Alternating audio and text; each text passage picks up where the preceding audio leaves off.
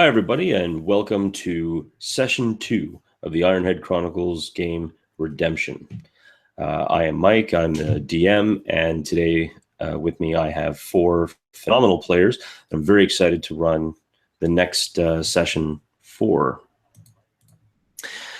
So we will go down the line starting from my left, and I can have all the players introduce themselves and also plug all of their respective channels because they all have awesome channels.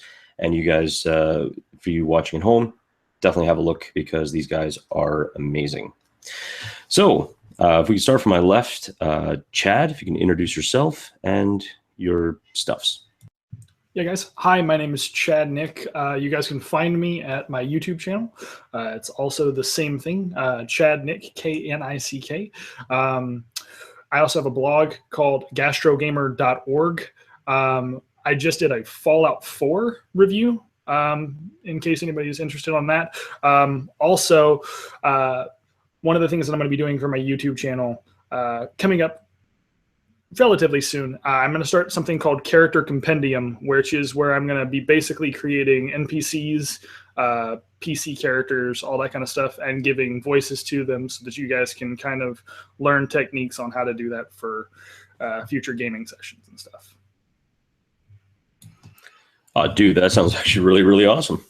I am definitely looking forward to that, and I am definitely subscribed to your channel. Next up, we have Harry. Harry, if you could do the same, please. Hi, I'm Harry. I am one guy of two guys, T and D&D. It's a channel I run with Lionel.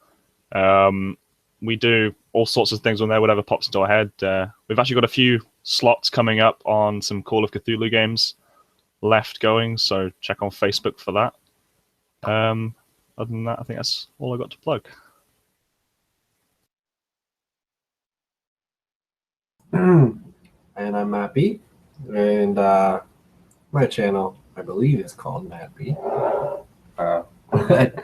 You can't find it unless you're on the tabletop one-shot group and or AbTab.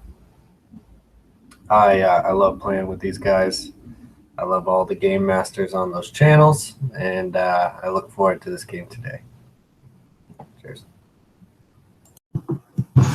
So everybody, I'm Marquise Hardis. I'm one third of a point of inspiration. We are a third-party, so far nonprofit, but kind of, I guess you would say, publishing company for D&D. We make D&D books. We're slowly coming back into the game. We have a big announcement coming up in the next week or two. So, but other than that, I'm very happy to be here and looking forward to the game. Awesome, thanks, guys. And I guess we'll just do a quick recap of our first session. The four players before you were playing members of the Alliance Army.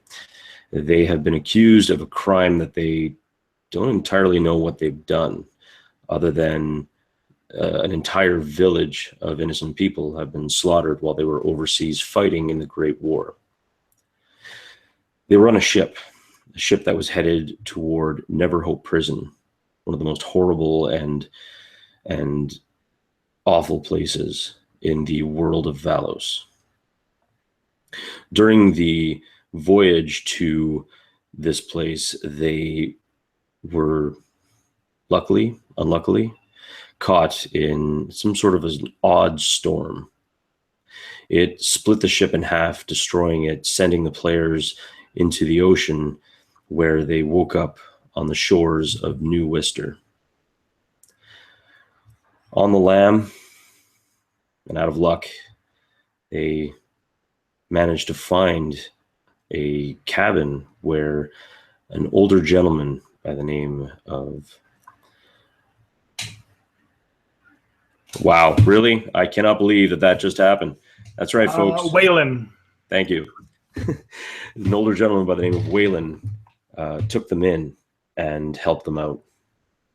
But on the outside of the cabin, a plan is being hatched, and a man, Ser Uldar Shrike, is on his way to bring them back to Neverhope, back to that awful place.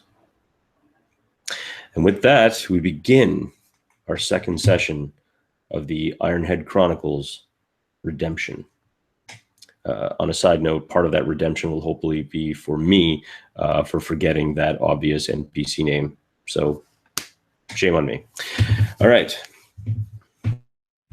The boots crunching against the soft gravel make a very quiet sound. This crackling. Those boots, those heavy boots, belong to a man with one singular intention, one purpose. The sound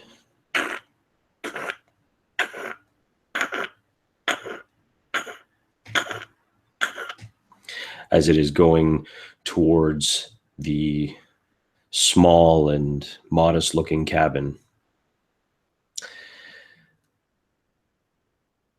While the four of you are sitting around a table, eating a nice meal, Waylon kind of leans in. Well, so where do you plan to go? I mean, it's not exactly a difficult thing. You have a whole wide world open to you. And hopefully this kind of reprieve for this storm kind of hid you. Do you have any thoughts on this? Oh, and please, would you do pass me the cheese, will you? BB is sitting in a chair, probably on the opposite side of Waylon. She has her legs crossed as she's sitting there, kind of folded up there, and she's kind of picking at the food. And when he mentions what they have for a plan, she looks up, opens her mouth to speak, and then he asks her or someone else to pass the cheese. So she looks over the pally boy over there. She looks over to Varis, kind of like nodding for him to do it. And she looks back to him and she says, well, I have a bit of a plan. So if you have a map or an atlas, that would be best. So I could, kind of, I'm trying to outline it really, but, it's easier to show than tell. Oh, yeah, yes, of course. And he kind of he grabs a map and he kind of with a wave of his hand kind of moves all the plates over to one side and kind of unfurls it and lays it out. All right, so, and she takes a fork and she flips it around with the butt of the fork. She puts it on where they are, which is kind of between the Eastwood and Honor Bay. And she says, we're somewhere here, right?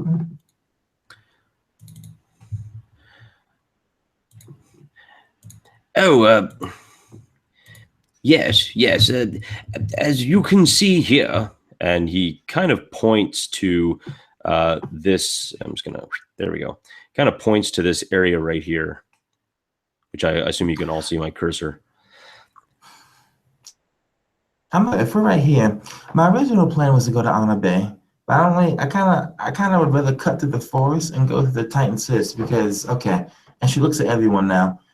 My plan is to get us all back to New Bell. New Bell is a place where we can lay low. I know people. I have contacts there. It's the easiest way to, basically hide out with all the other people of, my color. And she looks at Varis when she says that, kind of indicating her criminal background. And she points to Titan's Fish and she says, my idea is to take the railway, right? We stow away. We go to World's End. We go down to Westwater, and then we take it from Westwater to New Bell. That was my idea. Well, not a terrible idea, but I would caution you if you wish to go to Titan's Fist. Just please remember that it is a dwarven city. There's a lot of things going on at Titan's Fist, but just be aware. Political, of course, but dwarves seem to be a rather political group in nature. And when you say that, Gideon is noticeably sweating a bead and says, I don't know how I feel about dwarves. Well, Gideon, the other idea is that we could go through Casta, which is a horrible idea, or we could take another 3 months and go through the World Crossroads and cross over to Rivington, also a pretty bad idea. But really, I guess going through Titan's Fist is also a bad idea, but if I'm trying to pick the lesser evil over here. And the tall man kind of slinks down shrinking into his chair, and sighs and says, "You're right. We definitely can't go to Castor." Well, yes. The only trouble with Castor is, of course, the fact that most of the Holy Order is stationed there. Many different temples and many different groups are very much involved in the Enclave. Now, Honor Bay is a very easy accessed area to go to. The leader of Honor Bay is Lord Tobias Oakart, and Tobias Oakart has always had a very neutral stance on the Enclave and their seemingly, well, let's just say the Enclave does like to jut into many aspects of the area. The Enclave is led by, what was his name? Lord Frosthall, or at least the High Lord of Calm Waters. He decided to get control of all of the paladins and those forces in order to keep a tight grip on any sort of demonic or otherwise arcane methods of magic. It was actually High Lord Frosthall who decided that it would be a good idea to ban all forms of arcane magic.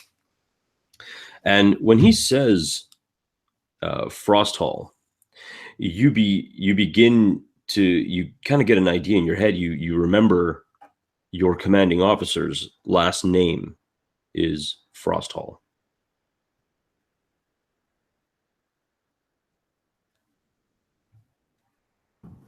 Bibi kind of sucks her teeth at that information, and she looks over to Varis first, and then to Knuckles, and finally to Gideon, and she says, "Well, boys,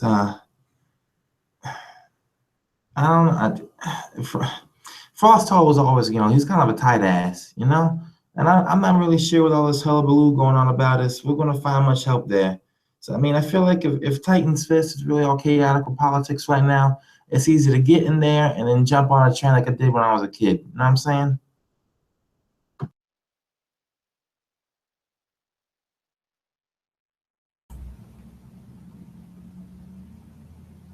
Gideon just nods his head and say, "I have reasons to be afraid of dwarves." And completely understandable. Dwarves are they're an honorable race, an honorable group of people, but they can be very forceful in their honorable ways. Now, you know of a man named Frosthall? I assume not the High Lord. Perhaps his son? Right. And I look around at the others. We do. Yes. Sir Balin Frosthall,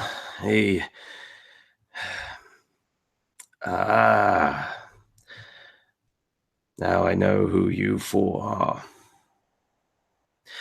I don't necessarily believe the reports that were coming in from Old Wister. They say the four of you slaughtered the village of Krasmora.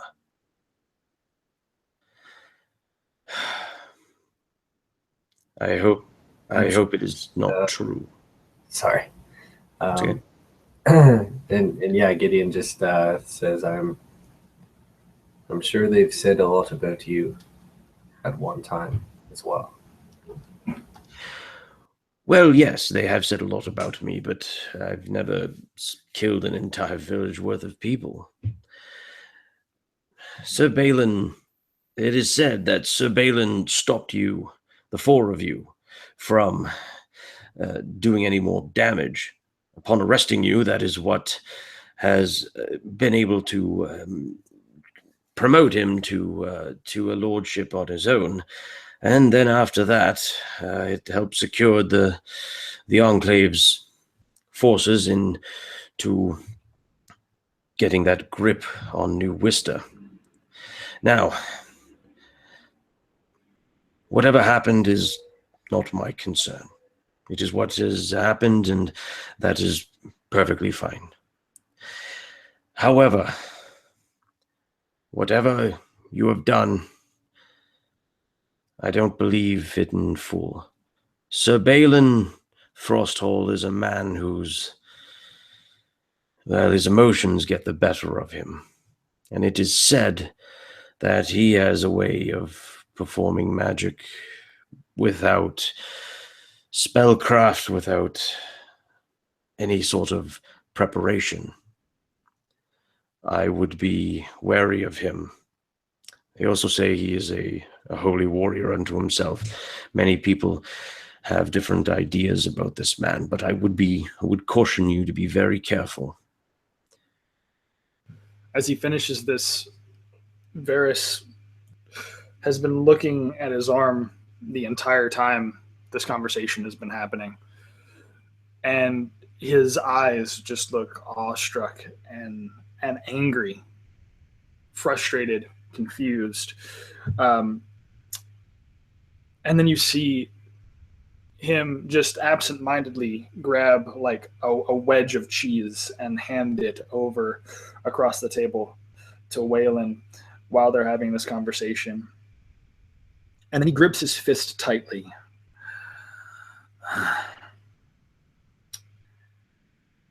I don't remember a single thing that happened in that place. I don't remember anything at all. But you have to understand that the last thing I want to do right now is murder more innocent people. I can't believe I did that. And I will not believe I did it.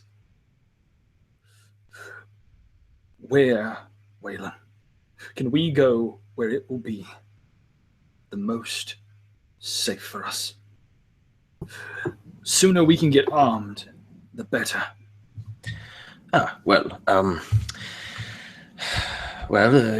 You can go to Honor Bay. You could travel to the Eastwood. However, the Enclave itself has its own council, a powerful group that control the day-to-day operations. Now, High Lord Frosthall is generally the Enclave council is based out of Castor. They like to keep very close tabs on the council themselves. So if you wish to go there to Castor, be prepared for some definite quiet, laying low. You definitely would want that. Mr. Whalen, just to ask you a quick question. Me and Foster, we never really jived, if you catch my drift. Does Foster have like a wife, kids, family? Well, Sir Balin is not the type of individual to do that. He seems to be, well, his father obviously had a wife. She passed away, and now High Lord Thorson Frosthall, he is the leader of the Enclave. His son Balin is a kind of a force to be reckoned with. He has been given many titles and acclamations. He has also been run through many of the cities in parades and in large festivals and whatnot in his honor. He's a very popular man. The Enclave Council, the one who is in charge of all the holy forces, it is made up of High Lord Thorson Frosthall. He is the leader. Lord Guy d'Angoisse of Riverton, great architect Anna Ospenhart Alrata, who is a gnome, gnomish young woman of very high authority. She lives in Song's Reach. Song's Reach is a very powerful area. Lady Governess Daisla Hartgrove of Eastwood, and Forge Master Furnace Kegmore of Titan's Fist. These individuals are very powerful, very dangerous. And if they're looking for you, your best bet to start would be probably in Honor Bay. Well, at this point, and this is what I'm thinking now, and she looks dead Varis in the eye. Now, some people are going to have different plans, and she looks to Knuckles, and then she looks to Gideon again, and finally back to one, she says, Frosthall, you said, stopped us, yeah? Yes, Sir Balin apparently stopped you from murdering any more civilians. Unfortunately, I guess in the struggle, all of the townsfolk were killed. Well, then, the reason I ask is this. If I'm going to figure out why in the world I'm being hunted after fighting for all these people, all right, if I'm going to figure out how to get this mark off my arm, if I'm going to figure out how to go back to living a life where I can be in the spotlight again and not have to worry about being hunted down and skewered by paladins, it looks like this my commanding officer, Frosthall, here has all the answers, really, or at least he can start me on the road to the answers. Am I wrong, everybody? What I'm saying is I want to draw him out of Castor, and I want to have a few words with the man. Yes, I too want to answer, and then he thinks to the flashes of memory as of the event and says the questions, and he looks to everyone, and then back to BB and says, "Nowhere is safe for us, but together." And he does a gesture that they might have done in the war for their squadron. Together we are strong. I am with you, BB. And she winks at him when he says that and throws a piece of bread in her mouth and then looks to the others.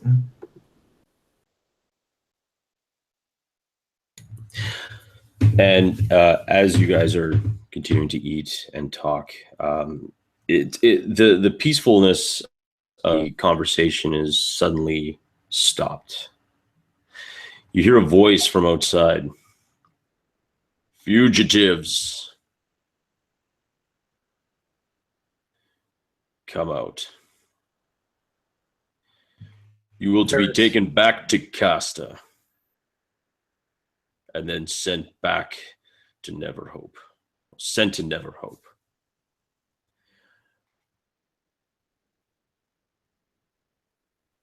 Varis curses an elven curse word under his breath. Just what I needed.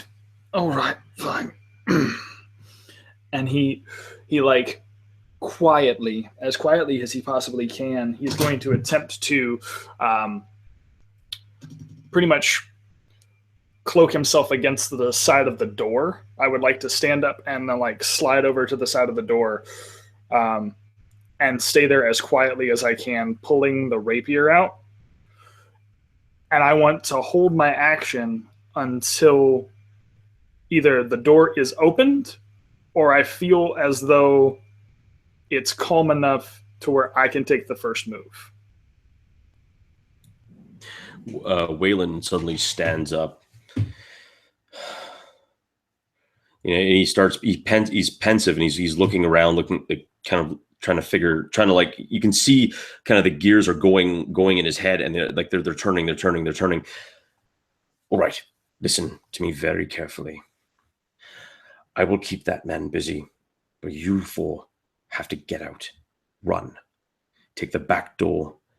Don't stop. Doesn't matter where you're going, but don't stop. Mr. Whalen, why should we leave you to die to this man when we outnumber him 5-1? Because you don't know, Sir Shrike. I do. And as you see, as he stands up, like his frail body suddenly like his tenses, and he kind of like he puts his hands together, and you see this kind of it looks like full plate is starting to like create itself up his legs, to his torso, down his arms. It's all ethereal, but it looks almost like full armor plating. And then finally, his head, like his whole head, gets enclosed in this ethereal plate that almost looks like a mixture of kind of shadows and light playing off of his features. So sometimes you can see his face, and then sometimes it's obscured by this armor. I know this man. And he grabs his staff, and he just kind of twirls it. He twirls it, and he kind of slams it into the ground.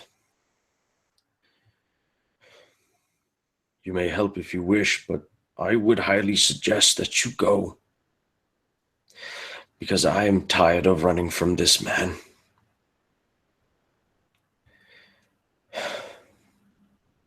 And if I can help you run, you can put a stop to this.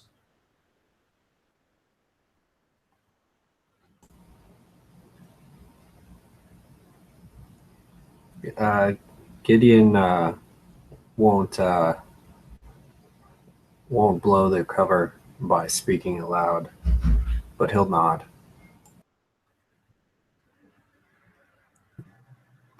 BB stands up very quietly, moving almost kind of like a cat through the night, in a way of speaking.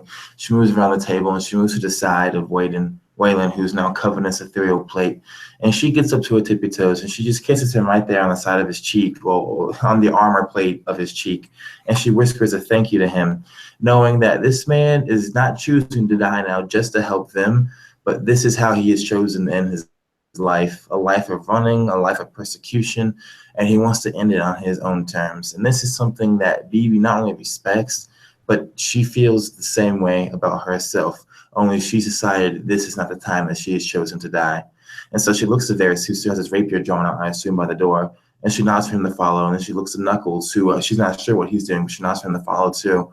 And she again very quietly moves to the back door, ready to essentially flee and let this man die and hopefully kill Shrike as well. Knuckles is going to stand to his feet and grab his warhammer off the table. He's going to nod at Waylon and move to follow BB out.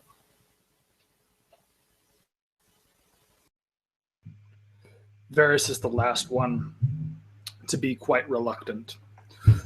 He stares at the door, still holding his rapier, like half pulled out and half sheathed, and he looks at Waylon, just dead in the eyes, to see if this is truly like his last request.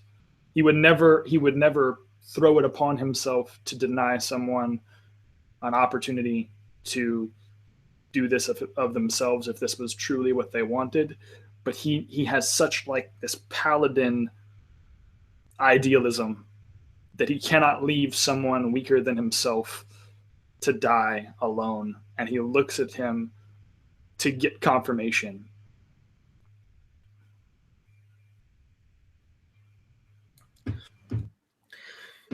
He puts his hand on your shoulder. Go. It's all right.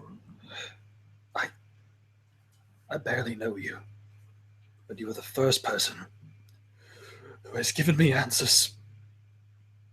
You're the first person who has made me understand what this is. I cannot leave you to die. And as he does this, he takes another hand and places it on your shoulder, Waylon. Shalamar, if you hear me, Lord of war and law, bless this man. For what he does, his deeds will live on. And you feel this radiant heat rush through his body as it just sort of engulfs his ethereal plate. And as you watch it go down, it looks like the spindles of vines and tree branches that just sort of etch in between the armor. If I am to leave you, I am not going to leave you.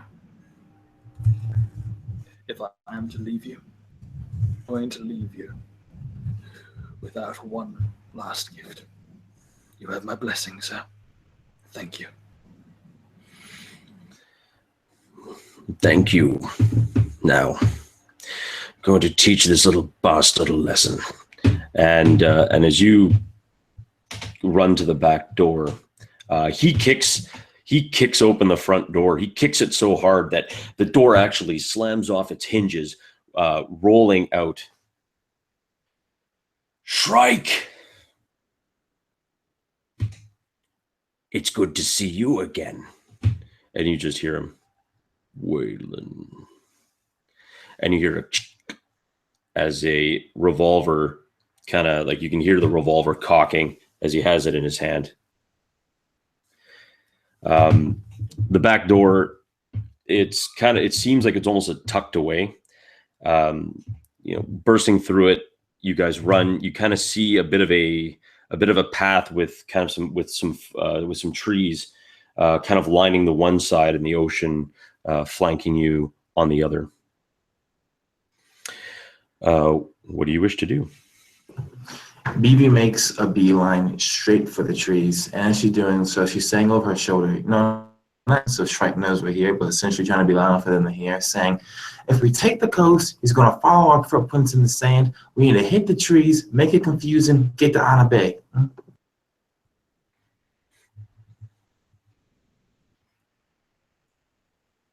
And I'll nod and say, I can help with the confusion, for certain.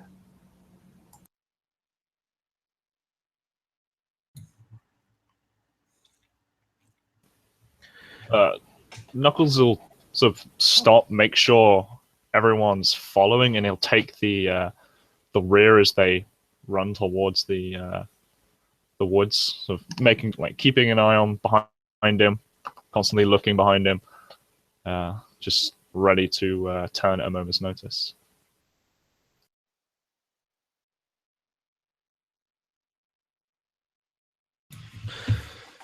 So as you're beginning to kind of move yourselves towards the tree line, what I'd like you to do is BB, make me a perception check. Not a problem. Give me 1 second here. Yes, I gotta use the online roller.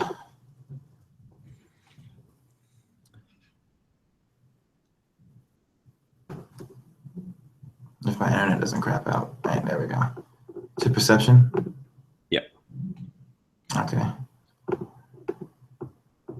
All right, so that's going to be an 8. That is terrible. Okay. Then, so you don't really see much of anything. If anyone else would like to make actually, no, not even. Tell you what, in that case, since you didn't really see nothing, make me a dexterity saving throw.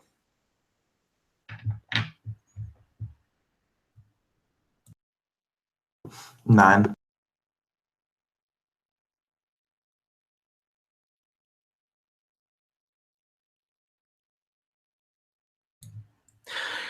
You suddenly feel a warmth which turns rapidly into a hot, which rapidly turns into an extreme burning as you suddenly take 15 points of damage as a bullet from seeming nowhere hits you kind of in the side of the abdomen.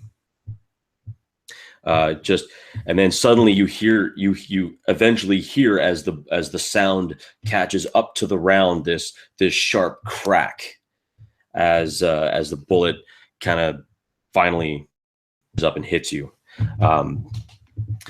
Looking around, you still can't see anything where the bullet came from. BB slams to her knees, not because of the pain, and that is a big factor, as you can tell from the she suddenly makes as the bullet impacts her waist, but from the fact that she knows that there's one bullet, there's going to be another. Now, she's never been shot, but she knows the sound very well, being a soldier and everything. And on her knees, her hands on her knees, to be accurate with it, she claps her side with one hand, and then quickly she's going to roll back so that way Knuckles and the others can run in front of her as she's trying her best to use them as cover. She quickly says, "I've been shot." And you can hear from the panting in her voice, you can kind of see that the trickling of blood through her fingertips and everything, and how her skin is going paler and paler by the second as the bullets either hit something vital or it's really just went straight through her and no one's realized it yet.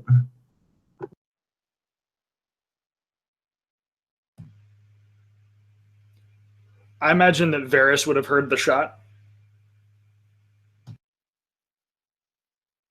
Okay. Oh yeah, definitely. I mean, you heard it, and you definitely heard BB go down, or not go down, but get hit. But that's pretty much it. So I imagine that as we're running away, I hear her kind of fumble and drop forward, sort of rolling from the impact. And then I turn around and I imagine that I stop dead and I look back and there she is. And we're continuing to run forward, so we almost run past her, and I'm picking her up, like not leaving your fallen comrade in Normandy, just like picking somebody up and like it's gonna be okay. Oh shit. Baby, what the hell happened to you, woman? What did I tell you? Just like as she's speaking, it's a mixture of the adrenaline and the pain that's keeping her going right now. The adrenaline is doing its best to keep the pain at bay, but these white hot flashes of heat are just throbbing through her body, originating from her side. And she's looking at you through gritted teeth, a bit of blood now coming up from her throat, saying, "Stop being stupid. Find who shot me. Cover me. Stop them." And she's like trying to disentangle herself from you to get back behind you. It's not like I have a gun, woman. Now hold on just a second. And he is basically lifting her shoulder, or lifting one of her arms up over his shoulder, and then like taking the free hand that he has, his non-sword hand, and he takes it and just sort of balls a fist near the impact wound to kind of try to stop the blood as much as possible until he can get to a spot where they're covered enough to not have her get shot again.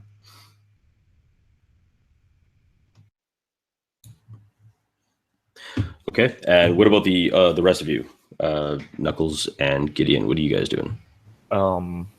Yeah, Knuckles would see this and wait for them to catch up, and then position himself actually behind, using his big dragonborn form to actually sort of hulk over the top of them as they're running forward, using his body just to block anything that comes.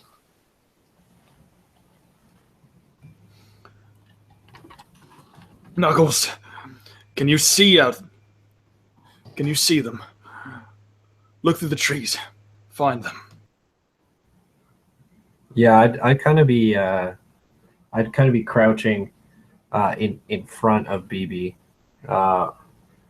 bringing my hulking form down into kind of like a spread out 3-point position in front of her, and I'm also looking into the tree line. Okay. All of a sudden, Knuckles, a tree right beside you almost explodes as another round slams into it. Make me a perception check if you want to try and see if you can spot where the round came from.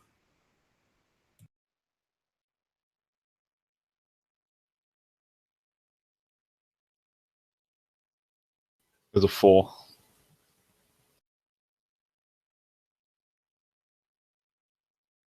Oh, you're muted. You're pretty sure it came from a rifle. Where that rifle and its current user is anybody's guess. And what we're going to do now is we're going to kind of get into an initiative order. So if I can get you all to roll initiative, please.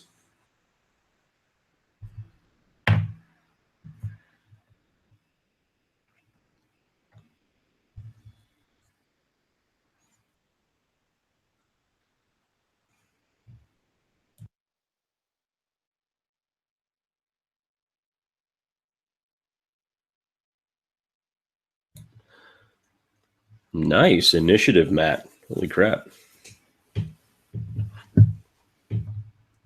Nat 20. Oh, nice. You know what? I'll tell you what.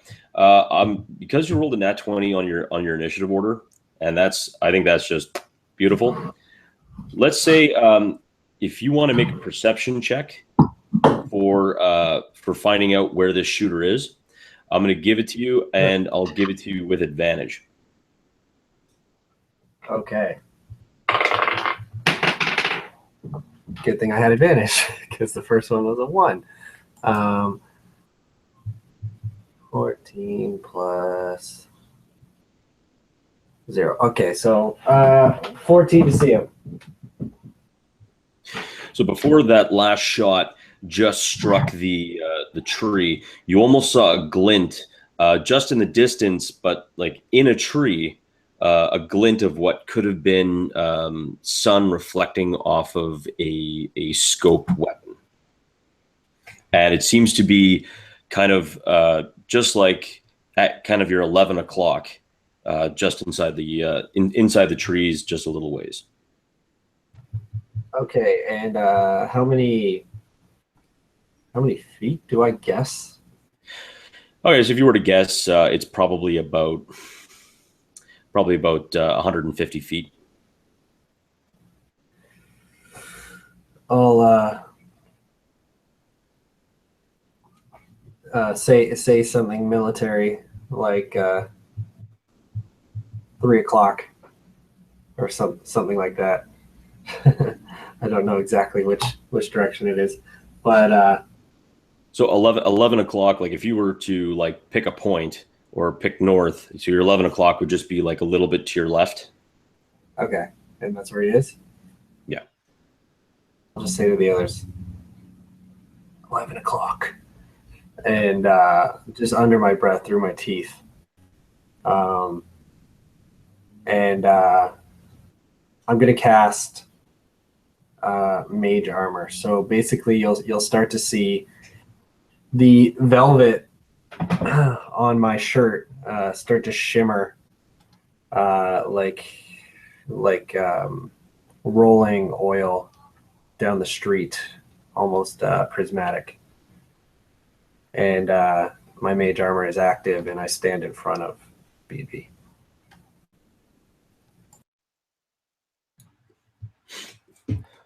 Awesome. And would you like to did you want to run in one way, or you just want to basically cover her as you're moving? I would like to ready my action and move in front of her if she moves. Okay, sounds good. All right. Next up is Varis. Okay, so I imagine that I realize we don't have any guns to counteract the firearms, but my friend Sigil has given me kind of guidance as to where to go, and my wherewithal within forests kind of, I know how to navigate cover. I've been in Westwood before. I've done these things before, so I kind of have a sense about where to go. And I just start to I leave BB, and I tell her to be quiet as soon as possible. I've never asked you to do this in my life, but for the first time ever, I need you to shut up. I need you to not talk, and I will be right back. Don't bleed out before I get back. Do you understand me? I'll be right back. And you just see him book as fast as you've ever seen an elf book. I'm gonna just rush forward, and you see like just the lightning fast rip of that rapier, and I'm going to just bayonet charge toward this dude as fast as I can, keeping in mind of the cover and things that I need to as I sort of like dart and parkour over all of the places that I need.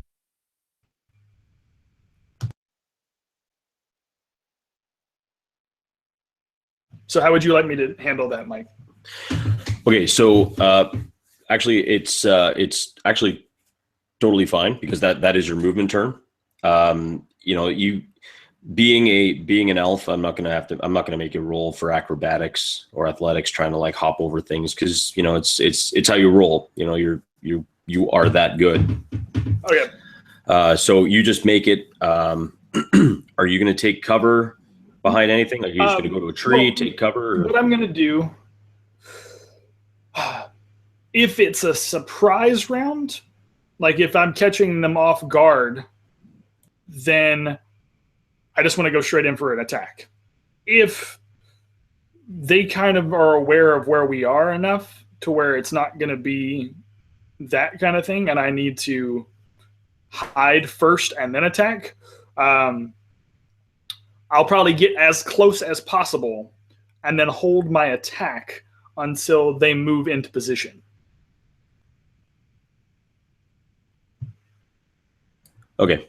Okay, that's good. I just want to, and I just wanted to also double check because if you are in cover, then I add, like if you're like behind a tree or something like that, I'm going to add 2 to your AC, so it's harder to hit.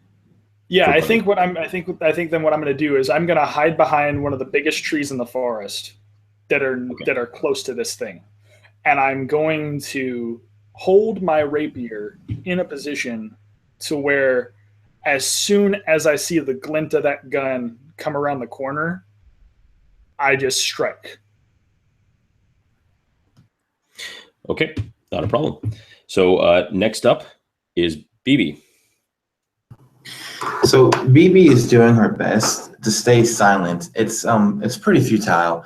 It's not that she's talking or anything. It's the fact that the pain, it's the first time ever being shot, is just continuously pulsing through her. She's bent down, she's picked up a stick and she's put it in her mouth, since you've seen people do that before and it seems to work for them. But the harder she bites, the more she wants to scream, and so she finds it's useless and she throws the stick out of her mouth.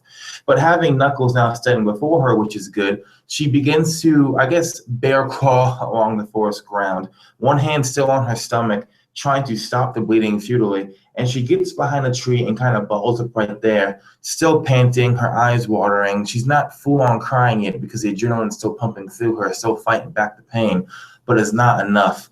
And knowing that she's going to need to do something soon to help her party get out of the situation, she begins to close her eyes and to think, but the concentration is just not coming how it usually does. She can't think under the amount of stress she's in right now. It's like trying to think, it's like trying to sail a boat through a tornado, essentially. It's almost impossible to do.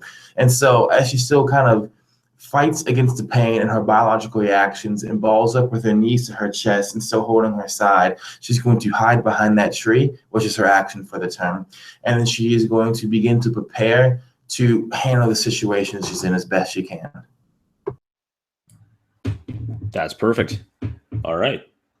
So with you now, you're hiding behind the tree. You know, the smell of the pines and everything else is a little bit soothing against the pain of the bullet wound. We now focus our attention onto Knuckles. I'm gonna watch Varis as he sprints off.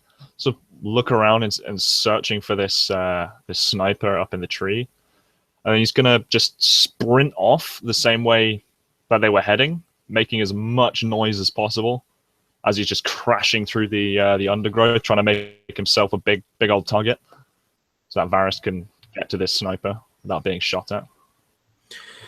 Gotcha. Okay. And as you like, and now are you trying to head towards kind of where it was pointed out? He's more heading to the like 12, 1 o'clock, that sort of area. Sort of off to the side a little bit. Off to the other side of where Yeah. where Varis is going. So in other words, okay, I gotcha. All right. And you make a ton of noise and and it completely and utterly works. Now,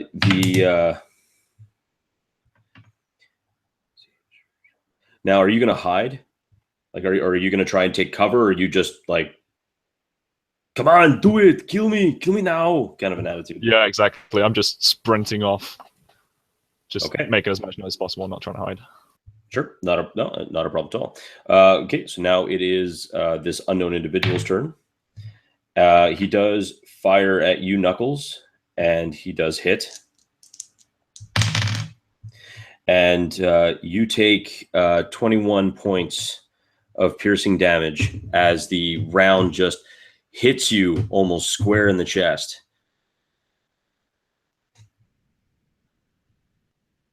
Oh, wait, hang on. Wait a minute. No, sorry, I'm wrong. It's 17 points.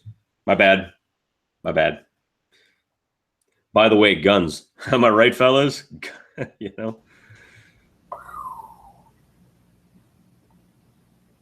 That's a lot. Yeah, so Knuckles just take that round like straight to the chest, that sort of shoulder area about here. Just go straight on his face, like it's just been hit by a truck, and just try and scrabble behind something, realizing he's just made a grave mistake. I will be the first one to admit that guns aren't bows. Guns aren't bows. I succeeded in being a distraction. So you did actually. You actually did a great job. And we're actually going to bring it. We're going to bring the action back up to Gideon. What I was gonna say is, Mike, can we say that I moved with BB and posted it up at an adjacent tree? Yes. Yeah. I would just assume that since she was moving, you were moving at the same time, so that's no problem there. Okay. And did you want me to roll on that aforementioned table? The table. Which table? Sorry. So last game, I right. Yes. That's correct. Yeah. Okay. Yeah. You can feel free to roll on the table. Just don't roll a 1. Okay. So so as he's holding this this magic together, protecting himself, little channels of electricity start to crackle around his outfit and along his arm and into his fingers, and he goes, "Damn it, not again!" And the wild magic goes wild. Okay, 47.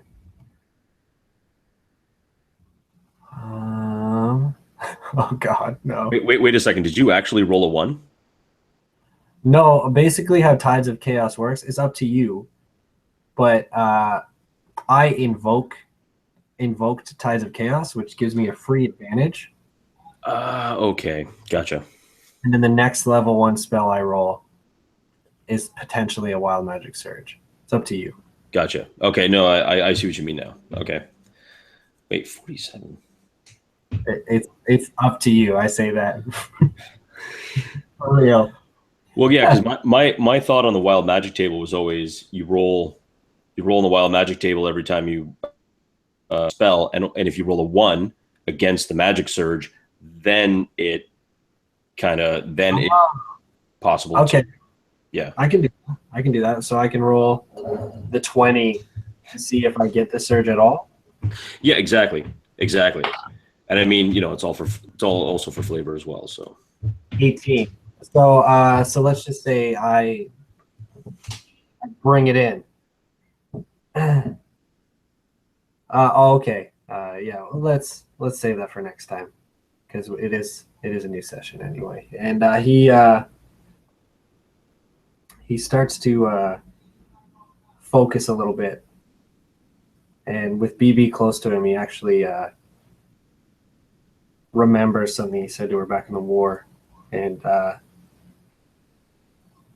he holds it together, and the lightning starts to contract and disappear as he focuses his wild magic, and he's going to sprint 30 feet closer to this shooter in the tree. Nice. That's good, because I would really hate for you to accidentally launch a fireball on yourself and all those close around you, because that would really kind of suck. I don't know if that's what that one is, or you turn into a house plant, or it's something to do with a unicorn. So we'll move on this time. 25 dragons suddenly appeared. It's like, oh man, really? Seriously? God, you guys are killing me. So after that, our next person up is going to be Varis.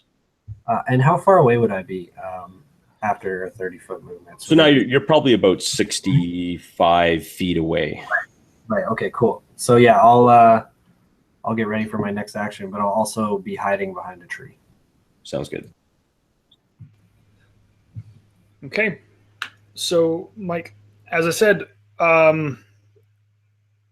since I'm waiting now for him to come into range of me, and is it just one shooter, by the way? You're not 100%.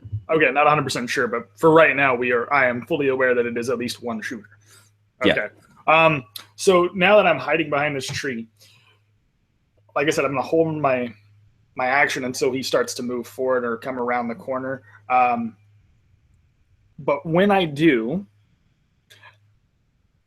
I'm going to cast, if I hit, I'm going to add Thunderous Smite to the hit. So essentially, I'm going to rock this dude as soon as he comes around the corner, because Thunderous Smite is going to ring with a thunderclap for 300 feet. So the whole forest is just going to echo. And then I get to deal an extra 2d6 damage if the toward the damage, and then if he fails a strength check, he gets flung back 10 feet.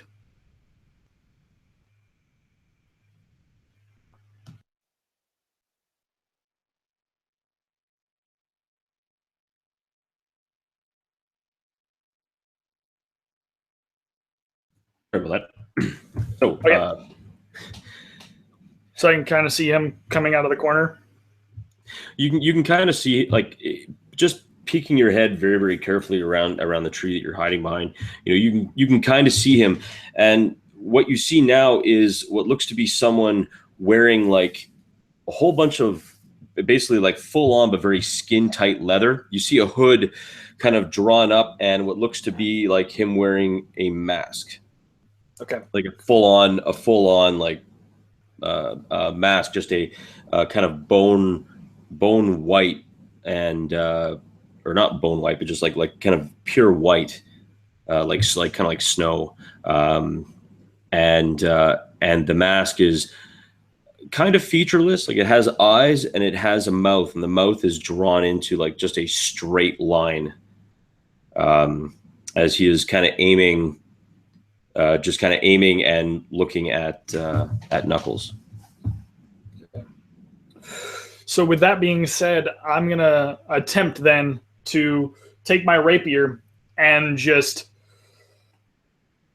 either try to disarm him and take the gun, or I'm gonna just stab through him like as much as I can, and again I'm gonna use Thunderous Smite to additionally attack with this.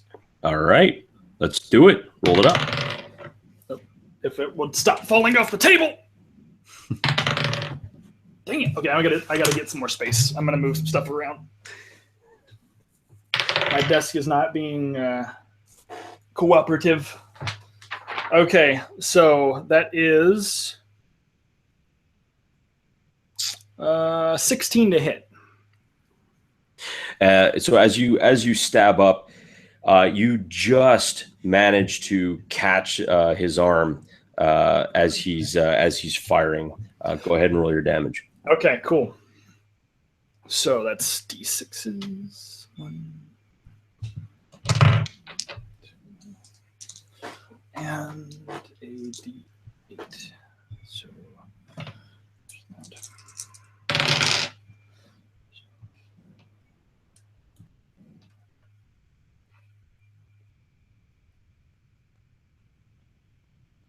So that's going to be 12 damage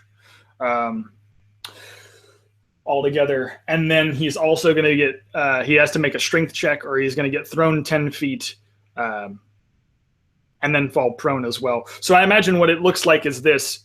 Out of the corner, as he's getting ready to aim to take another shot at my friends, he just sees this blade come out from the saber and just cut across like the top of his hand, and as it hits his knuckles, it just sends a thunderous wave just ricocheting him backwards as he fires into the air. The force just deafens him from that, and it's up to him whether or not he slides back and falls prone or not. I just want to wreck him as best I can. You knock him right out of the tree. With your hit, he actually flies out. He does like this kind of like nice, almost like a really nice flip, like he's about to land on his feet, but his foot catches on like just some like patch of undergrowth, and he stumbles and he just hits the ground. He's still holding on to his rifle, but his rifle's kind of like in a bad spot, so he can't really, get up and try and hit you. So he's on the ground right now. And now that you see his mask, his face, his mask actually now has a surprised look on it.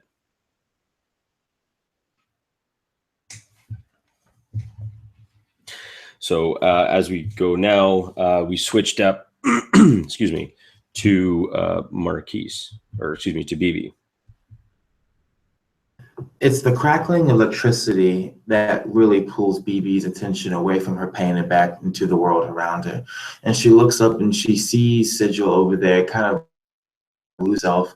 And unbeknownst to Sigil, she's going to start cooing some words underneath her breath. And as she's doing so, she's using what little bits of concentration that she can gather to kind of bridge their thoughts together. And as she continues to coo this song, it's something she cooed to him many times in the war when he was sleeping and she was awake, or when they were out in the field and everything, they were separated by distance. And while he never quite knew it was her, and she never told him how she did this, it was always something that could calm him down.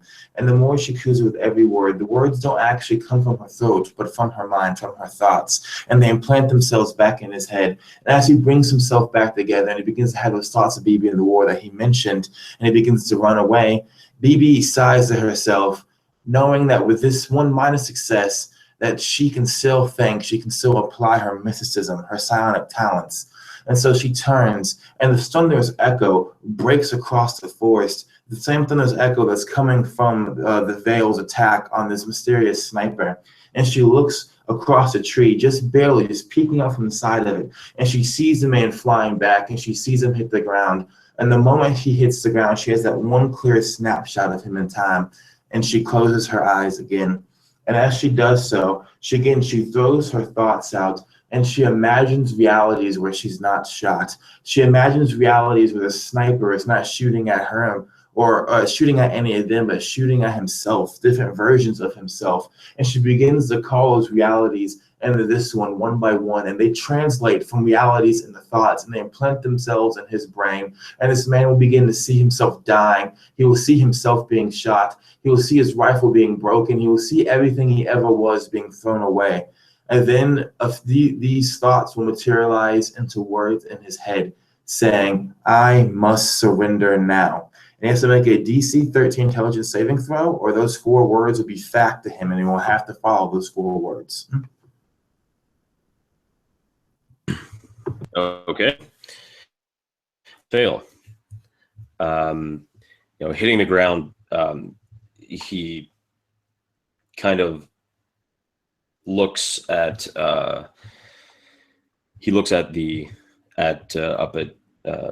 Chad, and he kind of starts to put the rifle down, and he's just sitting there, and he's not really looking at anything. He's just staring off into the distance, kind of with his hands up on his knees drawn up to his chest, and he's just looking away.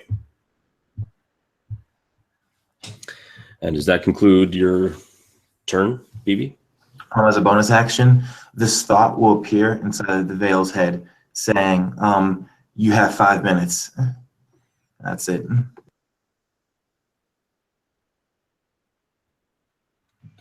Varis will hear that, and in response, he remembers that sort of that mantra that they used to have in the war, and how BB used to always give him timelines because he was horrible at being punctual, and he was horrible at any sort of normalcy because he was always the one to be kind of off. I understand, BB. You're right. He whispers to himself as he's standing there in this tree, looking down at the man. 5 minutes. 5 minutes is all we'll need. And I imagine I'm going to go ahead preemptively for when my turn comes around. I'm going to get into position to where I can drop down on this person and not necessarily end him, but get him into a position of surrender. Put him into a position of where he has to then help us if he doesn't already end himself. All right. Sounds good. Now, other than bleeding, what is Knuckles doing right now? Because it is your time to go. So Knuckles is slowly picking himself up off the leaf litter, just releases this bestial.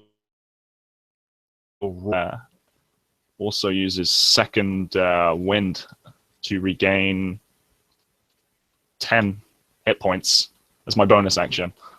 And with that, he just sprints at this fallen guy. And hopefully, if I can get into within 30 feet, I'd like to do something, but don't know how far away I am from him. Yep. No, you're good. You do get in within the you close the distance fairly quickly. You're raging, you're pissed off because I mean you got shot pretty hard, and it's a mixture of you being shot, which is enough to make anyone angry, and being kind of embarrassed that you did something kind of silly in front of your friends. I'm releasing another roar, almost as loud as that thunder that Varis caused. Just his mouth is just gonna erupt forth with fire towards this guy, in a line. So he needs to make a Dex save, DC 12. And he does make it. Is the flames, like he just kind of instinctively ducks his head as flames go barreling over top of him, into like just kind of off into the air, into nothing.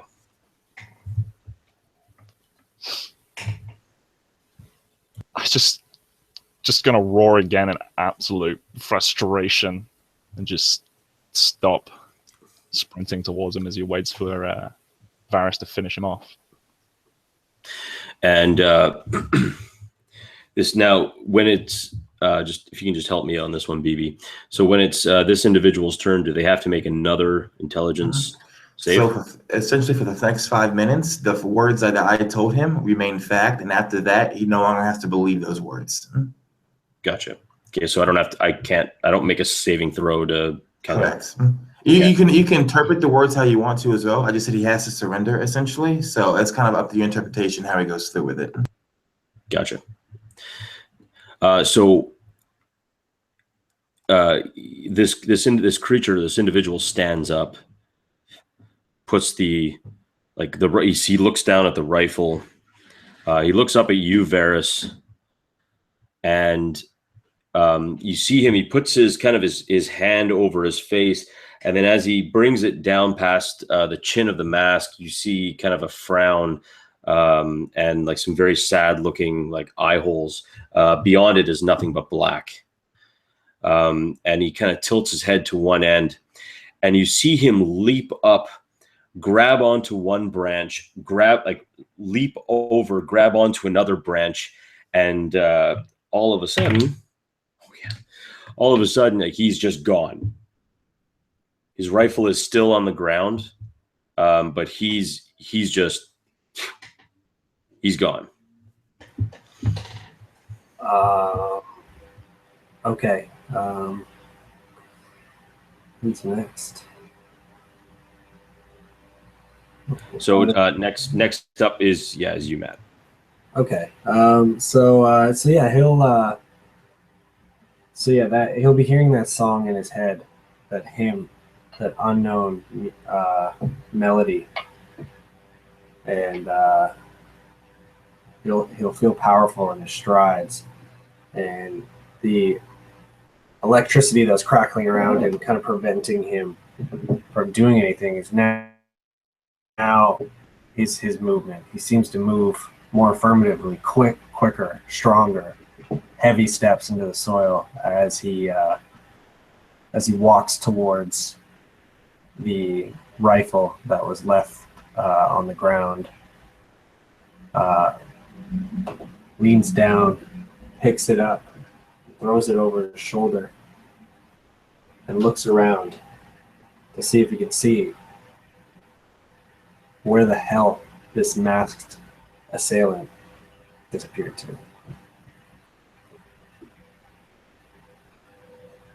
And he sees nothing. Make me a perception check. Sure. 17. Other than a few, other than a few branches that have been are moving clearly because someone moved past it, you don't see this individual at all. So yeah, I'll be looking around, observing that, eyes snapping, my head following them as I scan the area, and then I'll look back at the others and say, "We have to move now." And he'll hustle back towards a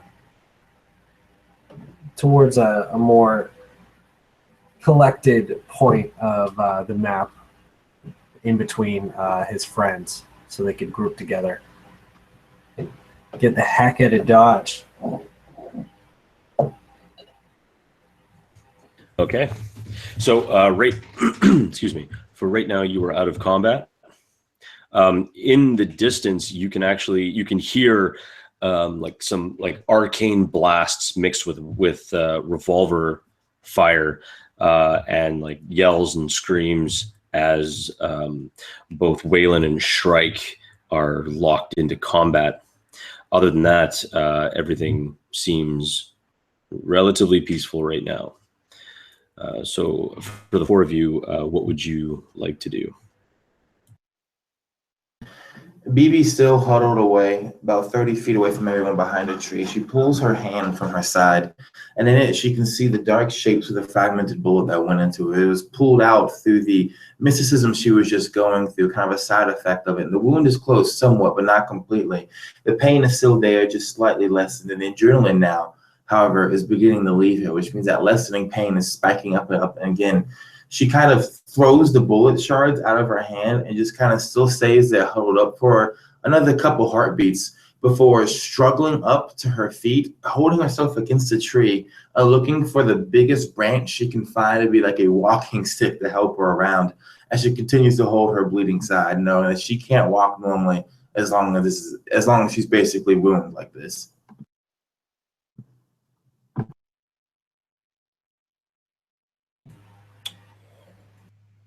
Varis is pretty much stunned at the moment. He doesn't know what to make of what just happened, that stare down between him and the shooter.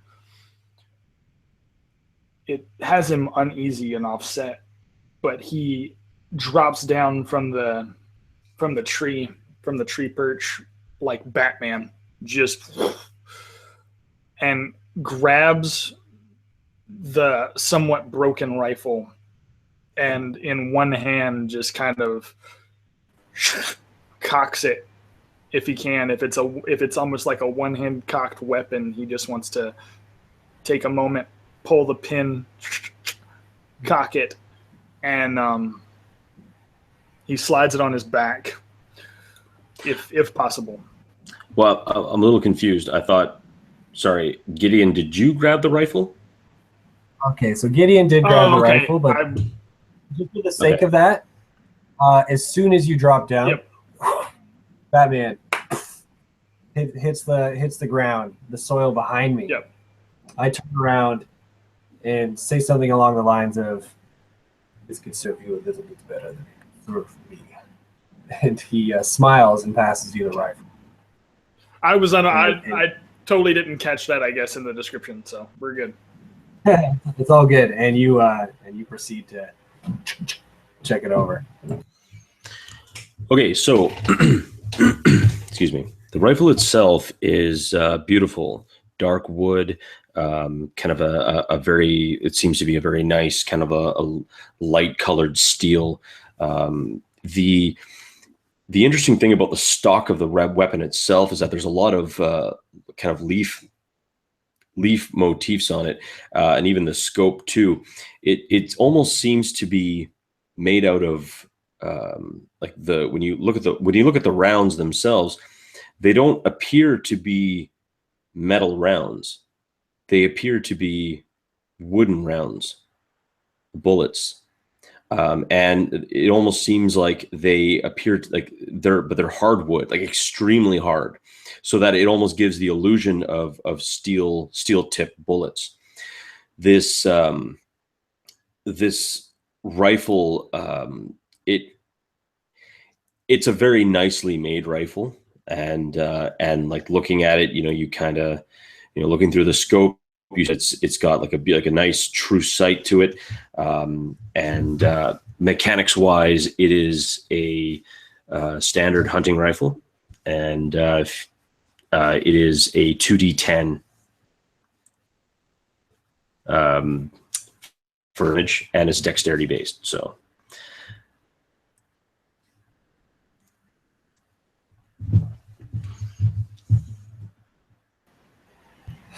on that note, I would like to actually I could roll an investigation check. I'd want to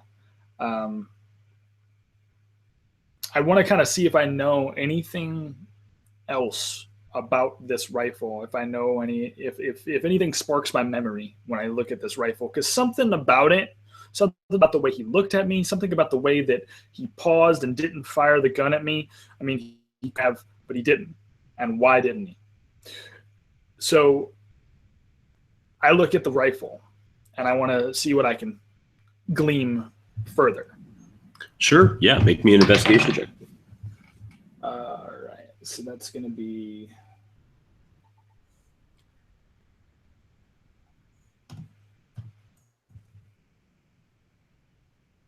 Dang. All right. This weapon bears the hallmarks of Song's Reach. The gnomish tinkerers and weapon designers there make some truly astounding weapons. You can tell with the leaf motif and the wooded kind of design, the very forestry design, that the wood comes from the Westwood region. The design on it is definitely elven in make, and it almost seems like there are, even in between the leaves, it seems that there are holy symbols on the rifle itself. As far as which holy symbols, you're not entirely sure. They look very familiar. They do look like elven holy symbols, but you're not 100%. Standing over you a little bit, Gideon will smile wide as you scan this rifle and say, "Suits you, no?"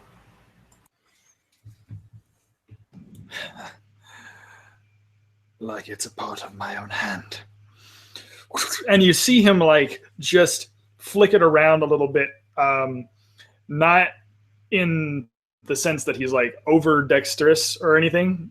By far, he's not like a mystical hero or some sort of thing, but he has some skill with rifles, and with that, he just sort of like flips it around, kind of gets us.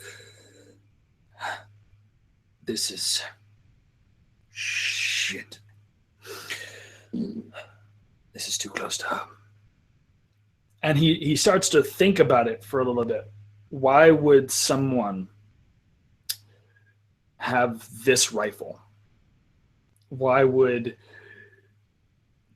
these bullets that come from most likely Westwood, why would these things exist here closer to Eastwood and closer to Honors Bay? It just seems a little odd to him. But he gets comfortable with the gun for a minute, takes a couple of scoped moments.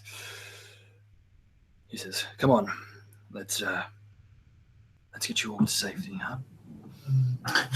When you say that, a voice enters your thoughts, and it sounds like a whisper from quite a distance. That's how BB's disguising it. And it's BB saying, "Can you please come here behind this tree before I bleed to death?" He smirks at that. "I haven't forgotten about you. You're not dead yet." And BB looking out from behind the tree, assuming that everyone's coming over to him, to her. When they reach her, she says, she smiles first at the gun. She says, "I see you got a new toy there, Pally boy, but I'm gonna need you to do me a favor." And she reaches into her pocket and she takes out that dagger and she hands it over to you real quick. And she says, "I'm gonna need you to take my shirt off, cut it into strips, and put a tourniquet and wrap this around my stomach before this gets any worse, please." Really? "I'm covered underneath. I don't want your morals right now. I want to not bleed anymore. It's very, very painful." Brielle, hold on. And he takes the glove off, and he takes his gauntlet off. "You do remember what I am, right?" And he places his hand on the bleeding side. "And just shut up and let me help you." And he just emanates this warmth. I imagine you feel this warmth on that bullet wound, stitching and fixing the sinews, and all the skin starts to materialize. Again, very similar to the way that the bless happened with Waylon. It's almost like it's branching and weaving its way through your skin and through your muscle and pushing whatever bone, whatever bullet fragments are still out of there. And I'm going to cast Lay on Hands on the bullet wound. And as you do so, her back arches, and she actually grabs your hand, not out of pain, but out of surprise, because it's like the pain, it turns to euphoria in her head. That's how the blessing's working through her body as it kind of reaches through her. And she bites her lip, and she takes in a deep breath, and then she smiles and says, "You paladins can make a lot of money in New Bell with this kind of trick." And she kind of pulls your hand away, and then she looks you in the eye and says, "Dragonborn too. Where's Knuckles? He got hit." And as you say that, I think Gideon would be kind of like craning his shoulder underneath the arm and shoulder of the Dragonborn and say, "Quite the destruction."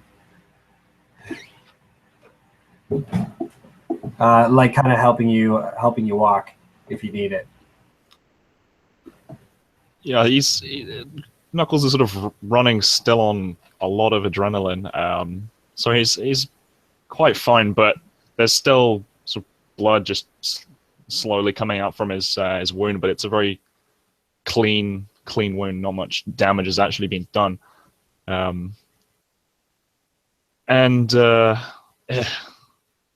do what I must. Anyway, we should be getting out of here. And yeah, like I said, we need to move. BB, can you run? Well, before I would have said no, but now that I got the cat's meowing me, and she stands up and she begins to dust herself off, and she looks, she says, "Yes, I can. But before we do run, you, Knuckles," and she walks up to him and she's going to smack him in his snout. And she says, "Next time you're a distraction, hide while being distracting. You're not that stupid." But before she could say more, she hears a cry of pain in the distance and the echoing of a gunshot and a clap of thunder behind it. And she turns around and she looks into the distance and she hears silence.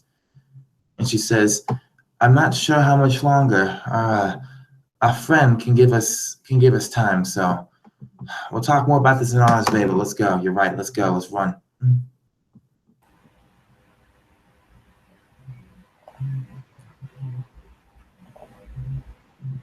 Okay, I don't know. Is everyone? I looked to Knuckles real quick, and I just gauge him because I still have this lay on hands sort of sitting here, as if I'm willing to give whatever pool I have left. Right now it sits at 15 points, and I believe I gave. I don't know how much damage was inflicted. 12. Okay, so I have about 3 more points that I can give back to Knuckles if need be, if it's severe enough that he feels like he can't move without it. Save your power. Let's just go. And he's just going to turn and start marching on. Foot to the gravel. They move. Yep. All right, so you guys begin to kind of rush quickly down as you are progressing along. You seem to be going through again the woods, the forest kind of like hugging around your left hand side. What I'd like to do now is I'm going to have someone roll me a d6. At this point, you guys are going to be traveling from where you are right to Honor Bay. And I just need one person to roll me a d6. Tell me what you get. One of you lads do the honors. There you go.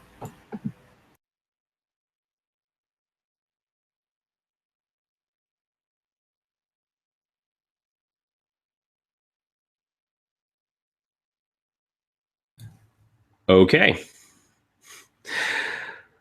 So as you were traveling towards in the direction of that you feel is Honor Bay, you round one bend of the road and you see kind of a strange sight. You see one of the trees. You see a hand nailed to the tree. You see, and in this hand, still clutching, is still like gripped tightly. You see what looks to be a very nice revolver. The hand itself has not been cut off, but looks to be like almost sawed off, like it's all very jagged. And you see like a small pool of blood at the base of the tree, and some of it even trickling down the bark.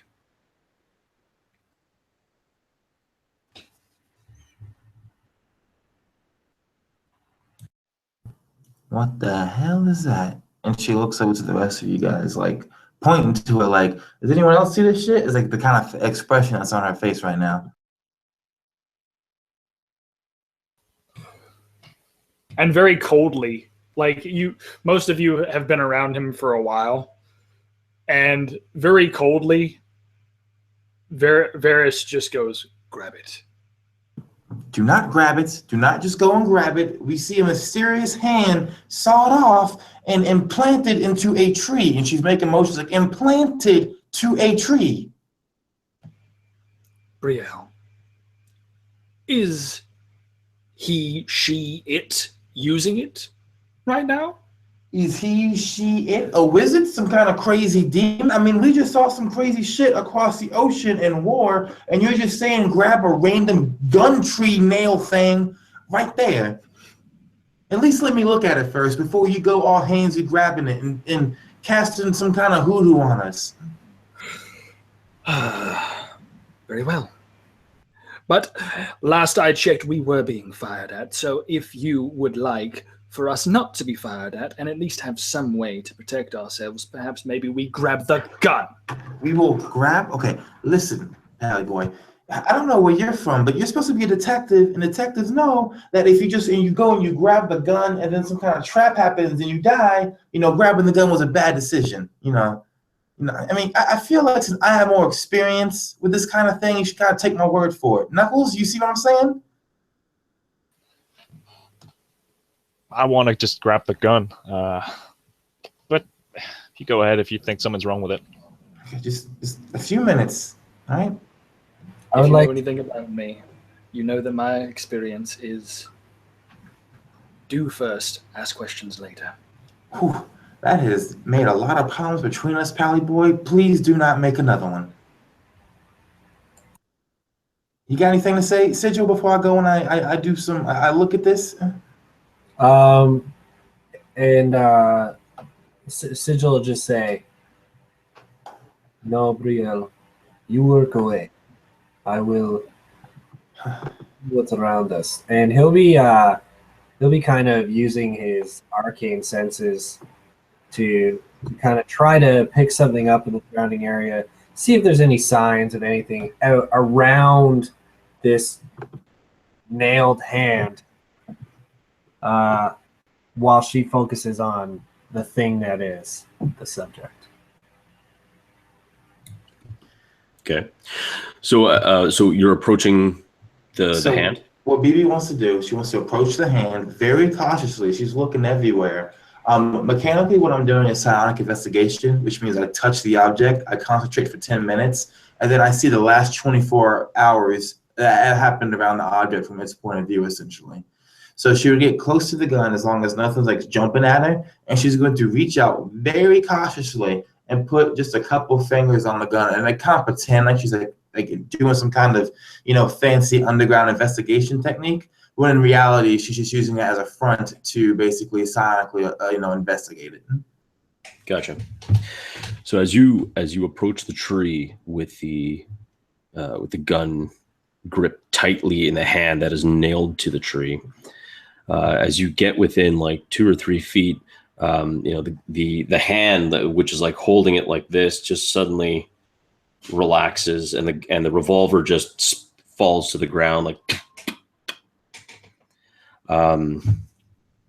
Looking at the gun, it seems like just a standard revolver.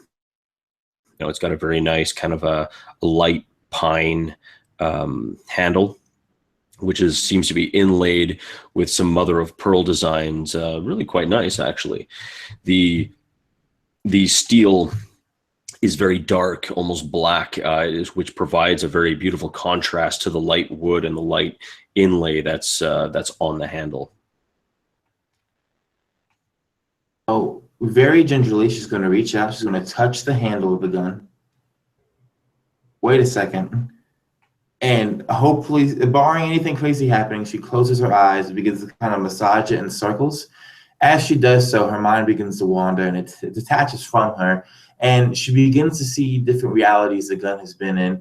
And she homes in on her own reality. And she begins to see basically the last person who held the gun. She wants to see basically within the last 24 hours what the gun went through from his perspective. So if the gun was like a character, she would see and hear everything within 20 feet around it, as her mind begins to basically flow into the gun and through it to the past around it. Okay. So as you kind of concentrate on the revolver, your mind flashes to what looks to be a gunfight between some Enclave forces and this one and some individual that you can't see them. You just see the gun itself. You see it aim at one paladin, two paladin, some more Enclave forces that aren't actually paladins, but they almost seem to be part of an organized force, almost like their own army unto themselves. You see one of them go down. You see another one go down. And this gun is just punching holes and not even taking names because it doesn't have time, because it just keeps punching holes. And you hear like one of them, just put it down. Suddenly it flashes again. You see running. You see the gun moving up, down, kind of in that way that Cloverfield really made you sick, because you're looking at the shaky cam going like this, and it's just all you see is this kind of shaky cam. Is just his revolver's pointing to the sky, pointing to the ground, pointing to the sky, pointing to the ground. You see forestry. You see a tree. You see the tree that you're standing in front of. You see a man grabbing what looks to be like a Bowie knife, a large Bowie knife, and you hear him just do it, and you see, like, the gun starts to wiggle, and you can hear him screaming as the knife is being dragged across the skin. And this is not a serrated knife; it is just being hacked, and you can almost hear some hesitation, but he just keeps going and going. And then finally you hear the crack as he uses the Bowie knife as a pry bar to snap the wrist bones off. And you see him like grab you see the gun kind of like on the holding, pointing downward as you hear it. As like something is like wedged into it, and the gun is just pointing down, kind of swaying gently back and forth to this grass, watching a red rain kind of drip harmlessly onto the grass, feeding it. And as that vision ends, Bria opens her eyes, and reality has been about a second. And she pants out. She releases this long exhale, ran a mile, and you can see that her face is flushed red as she's sweating. And she massages her wrist, kind of feeling a bit of phantom pain, kind of vibrating and echoing out from it, from the memories that she just went through. And she's going to pick up the revolver, check to see how many bullets it is, and then quickly kind of put it down the side of her pants, and then walk to the others, still holding her wrist, saying, "Oh, well, whoever had it, they're not having a very good day, not cashing no checks. So let's be on, huh, boys?" Okay, so as you put the as you kind of like tuck the revolver into your pants, and as you pull the revolver back out, it is now at your side. Mechanically, what's that like? Well, as you try and put the revolver away, it doesn't leave your hand. Oh, it isn't. Oh, okay. So it's like stuck in my hand. Yeah. Oh, and she looks at it for a second and she says, "This is the type of shit I was trying to avoid." And she tries to do it again and it's back in my hand. And she looks dead at Varis. And then to Gideon, she says, "This is a curse. I don't know nothing about no magic. I don't know nothing about no voodoo, no spells, no nothing. But this is a curse." And she does it again to demonstrate curse.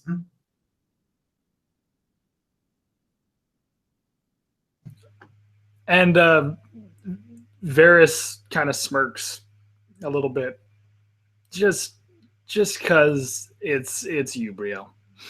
And he pats her on the shoulder and says, "Look at it this way, darling. At the end of the day, you'll at least be able to protect yourself now." Have you ever walked into a restaurant, Varys, with a gun stuck to your hand?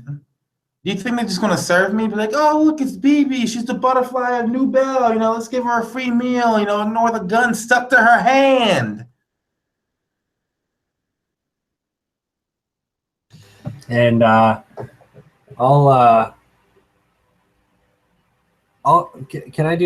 I like put my hand on it as well and just do an Arcana check to confirm what she's saying with, like, I believe her, so like it's an informed and definitely subjective inquiry, but yeah.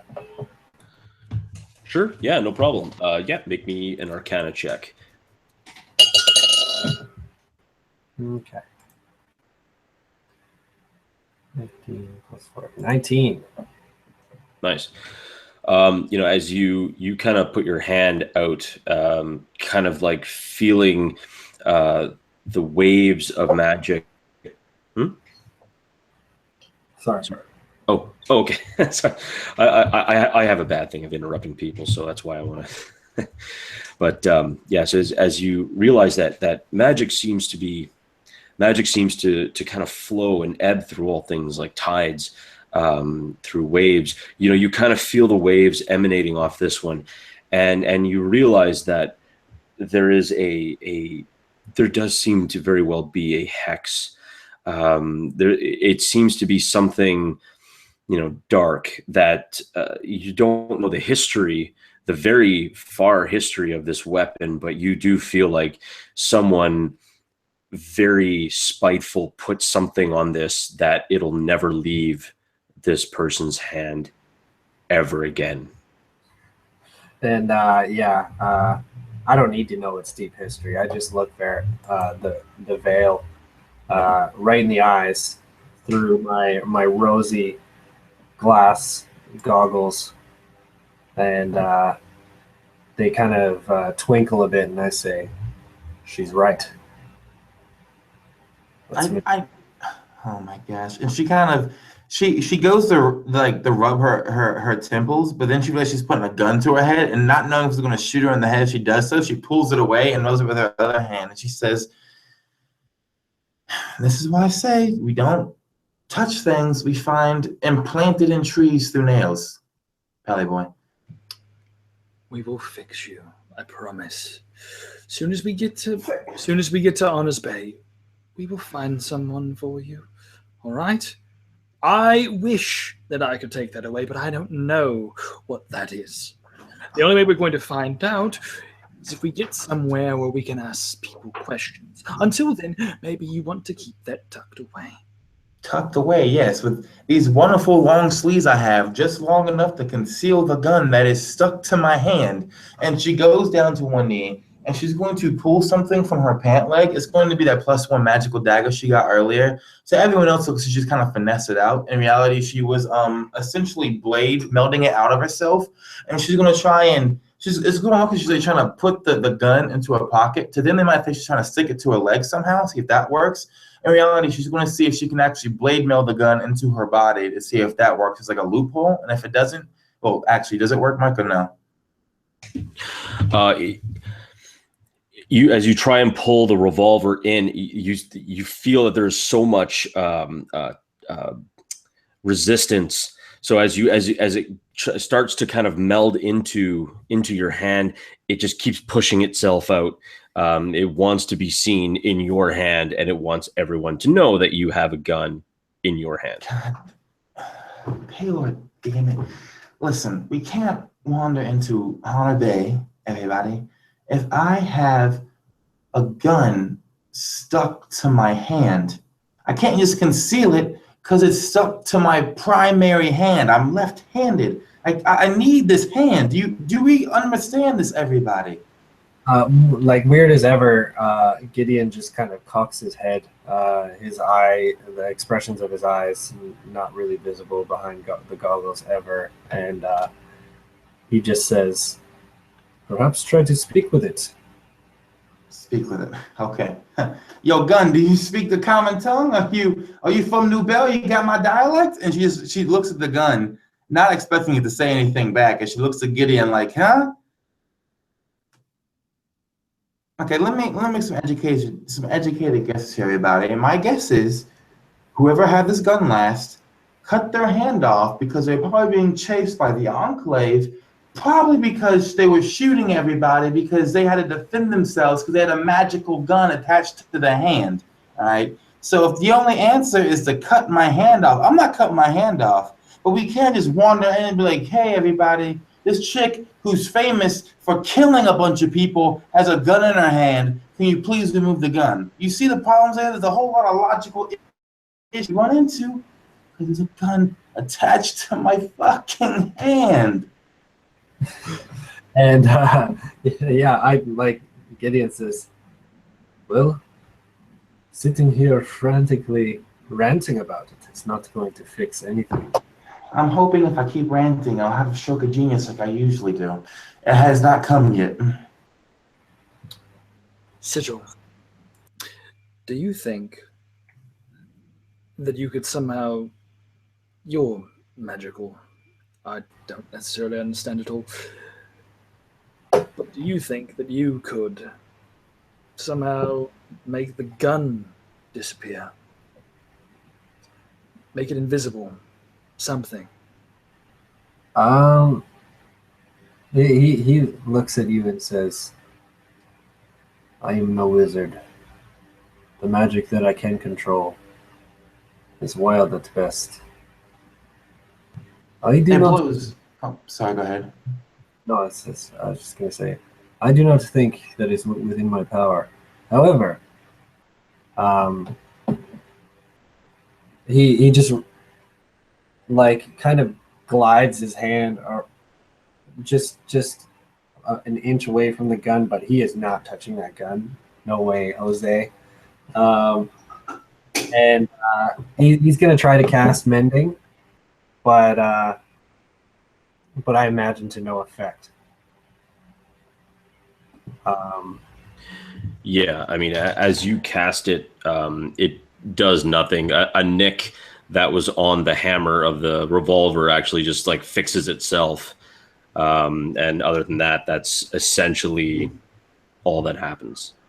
And I just say, well, at least it's in pristine condition now. But alas, I cannot. Wait a second.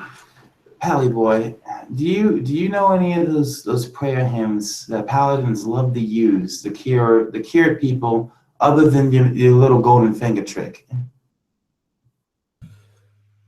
You mean curse removal? Curse removals, curing wounds. We're going to talk about curing wounds because I want to see if Knuckles can smash this gun with his hammer and see if that does anything.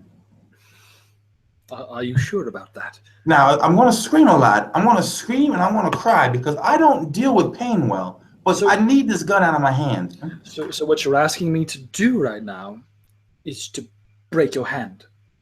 Break the gun Knuckles to break the gun, which will probably break my hand, but we can fix the hand and not fix the gun. You see what I'm saying? Aha. Now when I say I'm going to scream, I'm going to scream it will not be pleasant for any of us. And what if that doesn't work? Then you will still fix my hand. right? The fixing of the hand happens whether it happens, we break the gun or not, yes?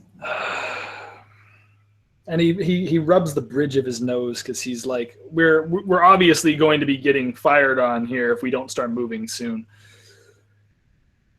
He looks around, kind of assessing the forest, and all right, BB, fine.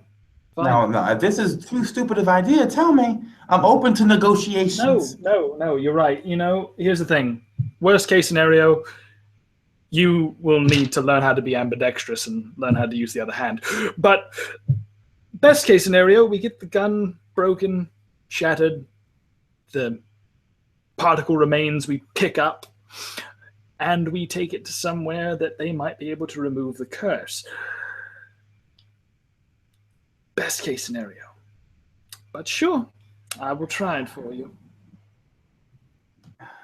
Do I really have the guts to do this? She says, and she looks at Knuckles and she says, Knuckles, wait, okay, let's try this first. Knuckles is a bigger man than I am. Knuckles, see if you can take this gun out of my hand. Sounds like I'm throwing you under the bus, baby, but I mean, you're a big scaly iguana man. I'm a little girl. See if you could just take it yourself, and then we could try. I could conceal it better if you got it, and if I don't got it. You see what I'm saying? Yeah, with that, he's reach forward and keep the revolver facing away from everyone, and just grab onto it, and just try and just wrench it with all this strength away from BB's hand. Just grunting with effort. So you're grabbing it by the barrel, and I imagine my hand's sort of too big. It's just going straight over most of it, keeping the barrel pointing away, and just grabbing onto the whole thing, pulling it away. Okay. Make me a strength check. All right. Just straight strength, or just straight on strength? Alrighty ho.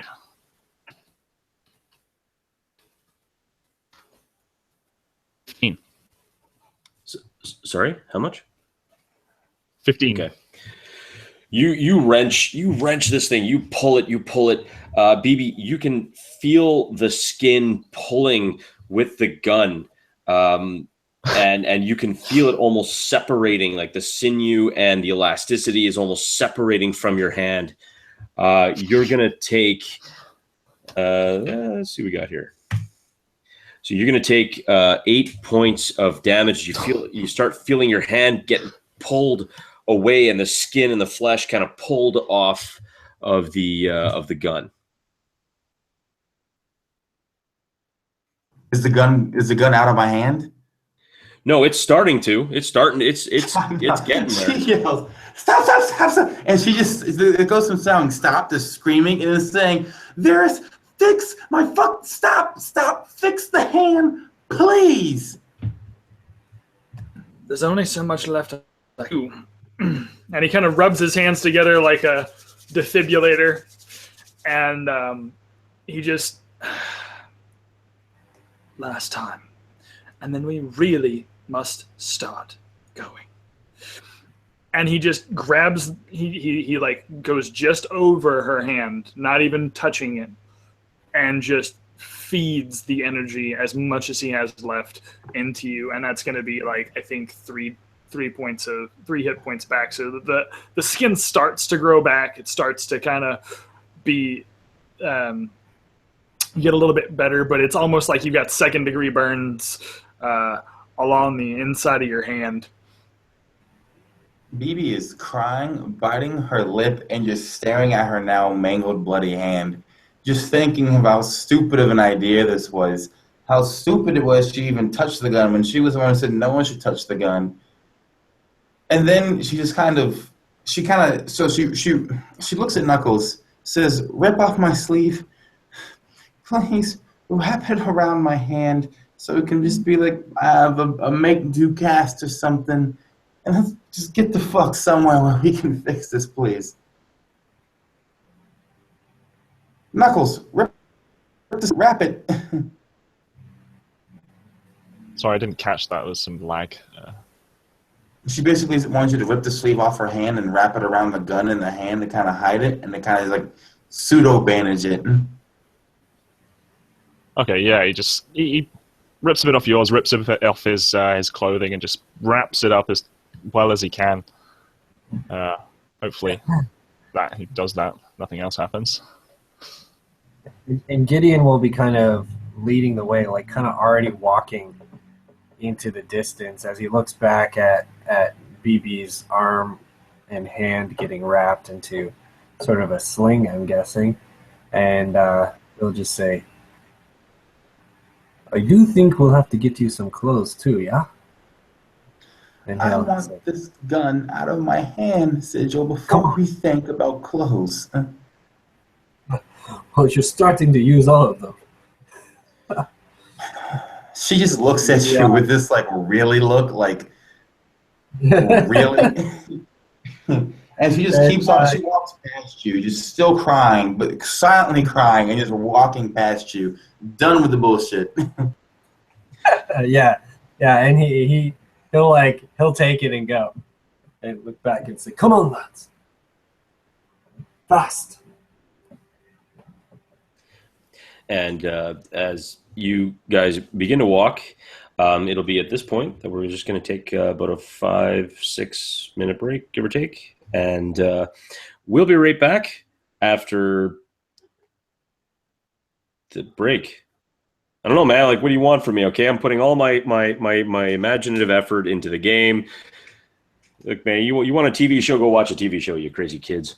Anyway, we'll be back in a bit. Again, thank you all for watching, and we'll see you soon. Also, before I jump off, just to let you guys know, check out the Absolute Tabletop Facebook group and the Tabletop One Shot Facebook group. Both groups are absolutely fantastic if you're looking to find players for a game, or if you're looking to play in a game yourself and maybe you have a hard time finding some in your local area. If that's the case, definitely check them out. They're a great group filled with amazing people who are just fantastic in helping answering questions or finding groups or playing in groups or anything to that effect. So if you love tabletop role-playing games, definitely check them out. They're two great big groups that are filled with great people.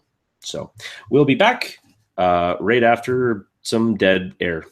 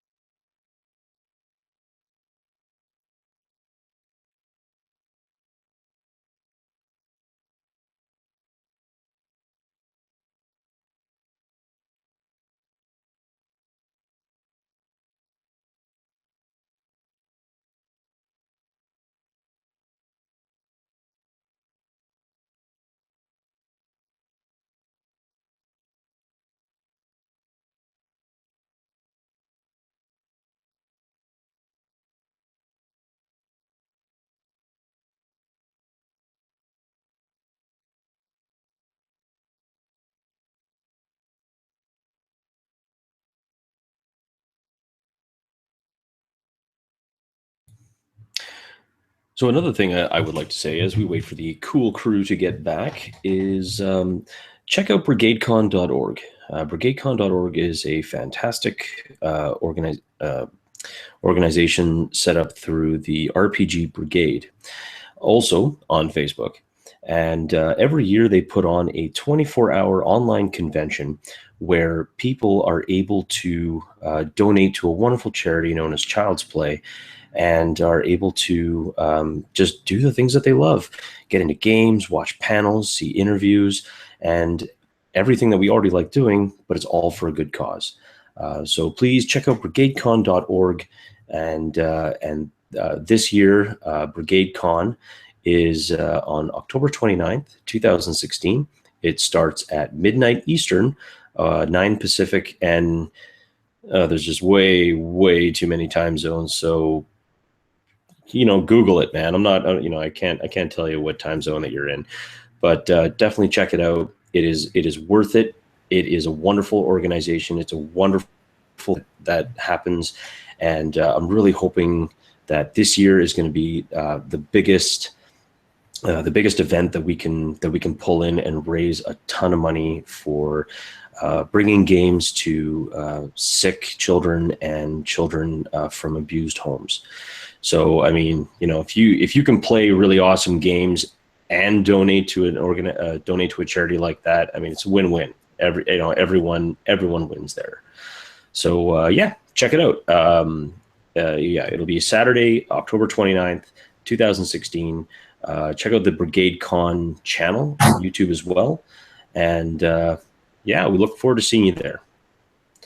So yeah, Chad's kind of popping in there with some type of weird jersey from a team I've probably never heard of. I'm just kidding. I'm kidding. I've heard of the Seahawks. But I think everyone's back. Is there anyone have any questions or concerns before we jump right back into it? And yes, Marquise, I know you have a gun stuck to your damn hand. No, but I did want to point out that when you mentioned the style of the gun that was attached to the tree, I actually got this gun. It's a replica, but it's an old flintlock pistol. Good old flintlock. Yep. And I immediately, when he's like, I got a gun stuck to my hand, I went and got it out of the drawer because I was like, this is the perfect opportunity to just mess with you and just have it around. Well, I'm sorry. I will say though, that is a really nice. That is really cool. Yeah. But I would imagine that for home defense, Chad, that probably wouldn't. It's a replica, and it's not gonna work anyways. But it's pretty nice. I keep it close to my desk just for inspirational purposes every now and then. Oh, that's a really really good idea. Awesome. So, as the severed hand kind of makes some distance away from you, and BB, your new web, which is firmly affixed to you, is traveling with you guys. You eventually start to see Honor Bay, the kind of like 3-4 level kind of buildings, just kind of surrounding this on this coast. You see kind of a main paved road, a car or two or just driving by. You make your way to the small city itself. Looking around, you see a few people wandering about, kind of just walking around and doing what people do day to day.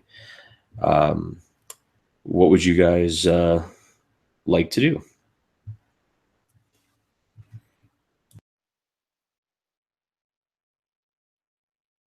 Well, I think immediately the first thing that Varis is thinking of is, who can we trust in this town? 2, where can we go to help my friend not be an imposing threat with her her cast gun that is now kind of etched against her chest, slung next to her. So, I have an idea. She stopped crying when her eyes are still red and puffy, and she looks to the others as they approach down the main road, and she says, "As you remember, Varis, Pally Boy, back when we first met for the first time, regretfully, it was in the firefight when you and my boyfriend, my daddy, Juvan, got into it along with some other Alums and some other paladins and detectives.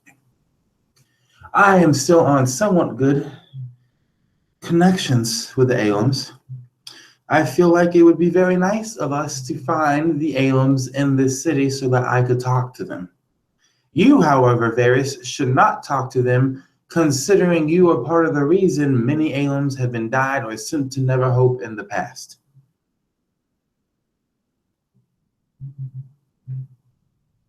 I need to talk to the Mafia is what I'm trying to tell you guys. Fair enough.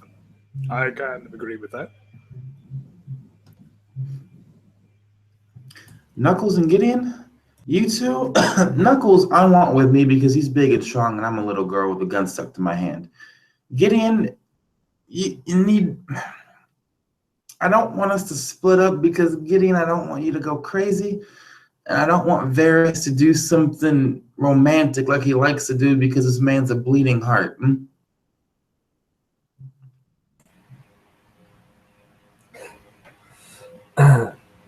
I will go wherever.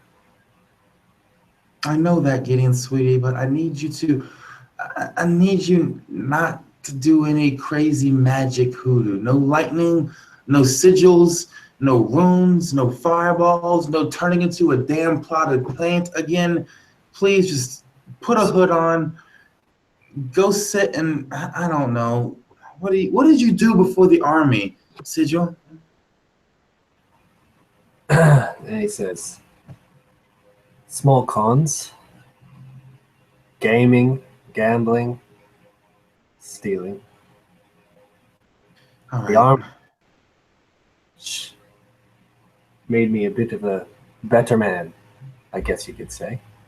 Really, if we look at it, Pally Boy, you're the odd man out considering we have 3 criminals here and then you.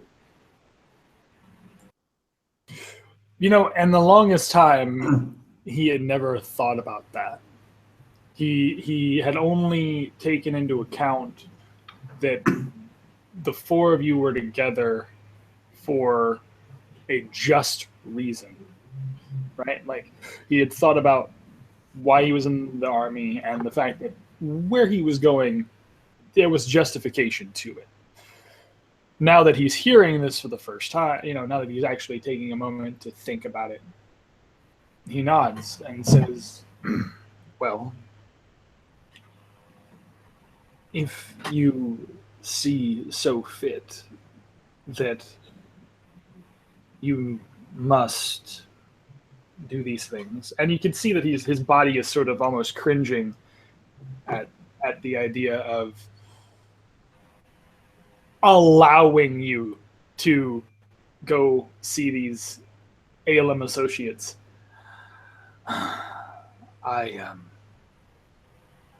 know what I would do to them if I were to meet them face to face. I don't want that to happen because I don't want any of you to get hurt, but perhaps the best thing is... Shit, how do I hide my hand? And he thinks about it and he realizes his arm with the, his arm. How does he hide everything? Is there a place, do you know of a place here where I might... Sigil, you're good with comms. Do you know of a place here that I might be able to look the part, even if I'm not comfortable? Better idea. Sigil, can you go con this man some gloves and a jacket, please? Yeah, I think that's an awesome idea. So Sigil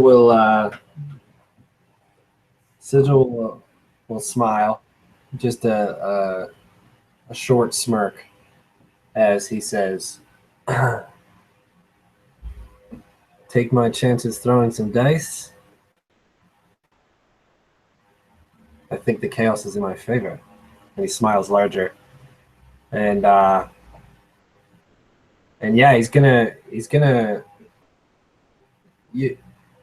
under a little bit of BB's direction, because he's not really too familiar with Hangers Bay, but he is comfortable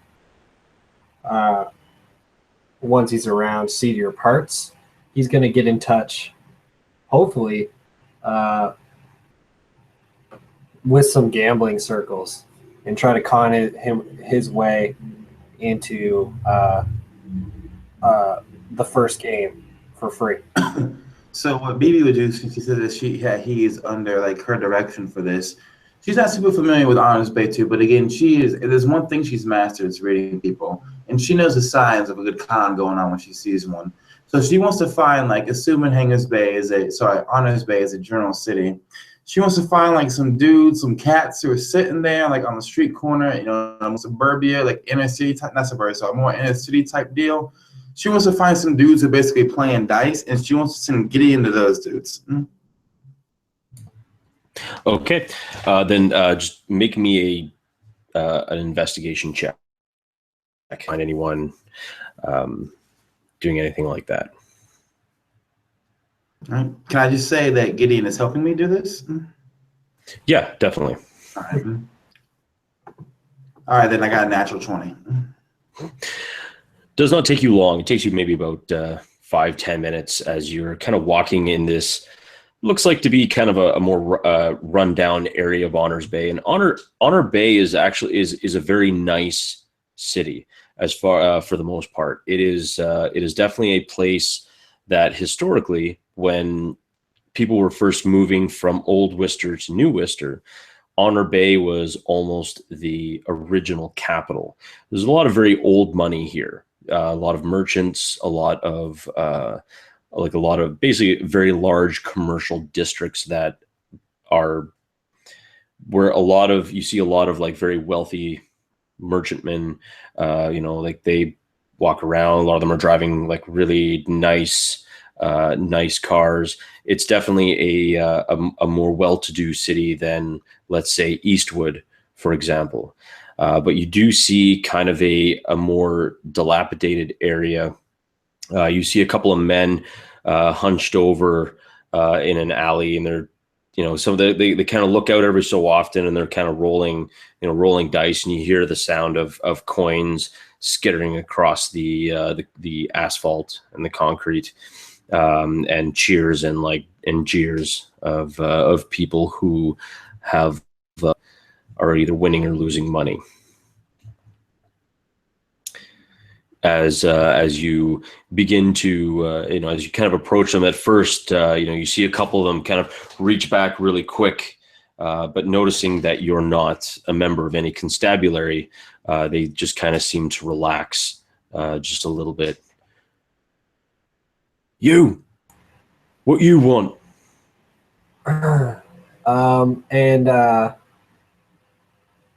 So sorry, was it just someone looking relaxed, or one of the people playing dice? Because I was gonna approach someone else before getting there. Well, you just see a group playing dice, and as soon as as you guys start, like, you guys making motion, like walking towards them, instinctively, you can tell they're doing something they're not really supposed to be doing. So I mean, they instinctively kind of reach back for what you would assume to be weapons. But noticing that you're not police or any type of local constabulary, they just kind of relax for a moment. Some of them go back to playing dice, and one of them says, what do you want? Okay, so Gideon will kind of roll with this, and he'll be like, he'll raise both hands and say, "Oi," and he's going to be referencing a small-time crime boss from Castor, not quite the LN, not quite the United Clans, like someone really small-time, but big enough that you'd hear about him in other cities. And and he'll say, "Just want to Dirac Del Mega's men.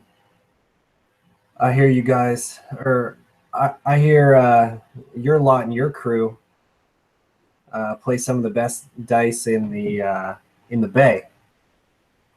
Ah, The, look, we don't want no trouble, all right?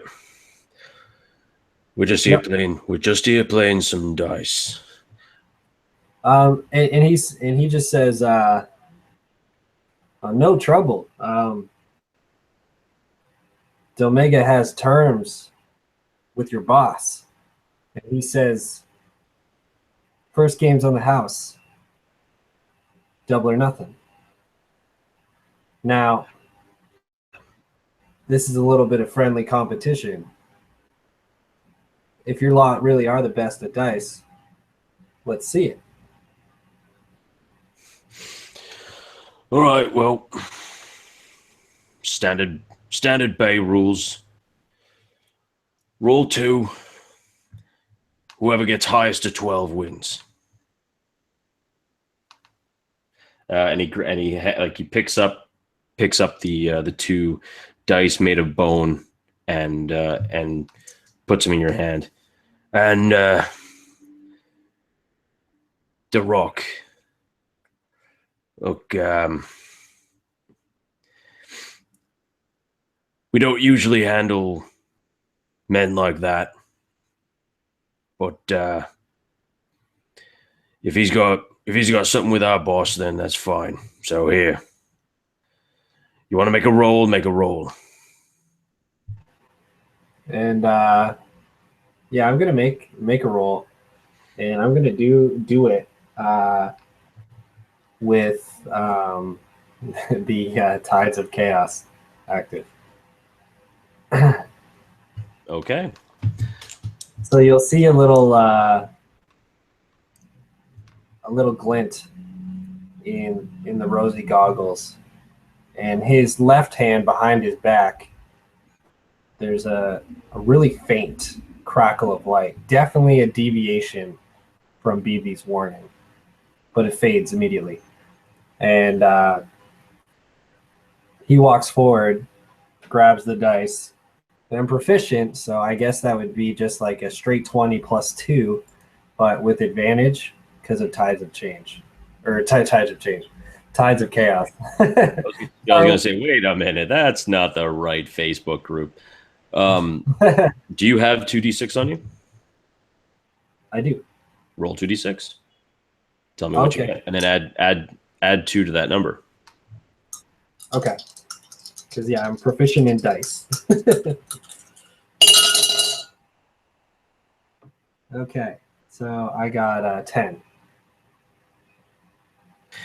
And, you see, as you roll, and kind of at the last second, this one that seems it was supposed to, flip onto a 1. It actually just kind of looks like it hits a little pebble and kind of flips over onto a 5.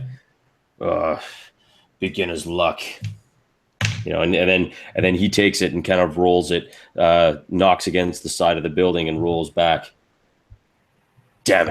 BB. Yep. BB, because of her observant feat, she's going to be watching. Because is it okay if I say she noticed that small little flip at the end? No, they don't notice. It's just oh wow, it's just dumb luck that it kind of just did its thing. All right.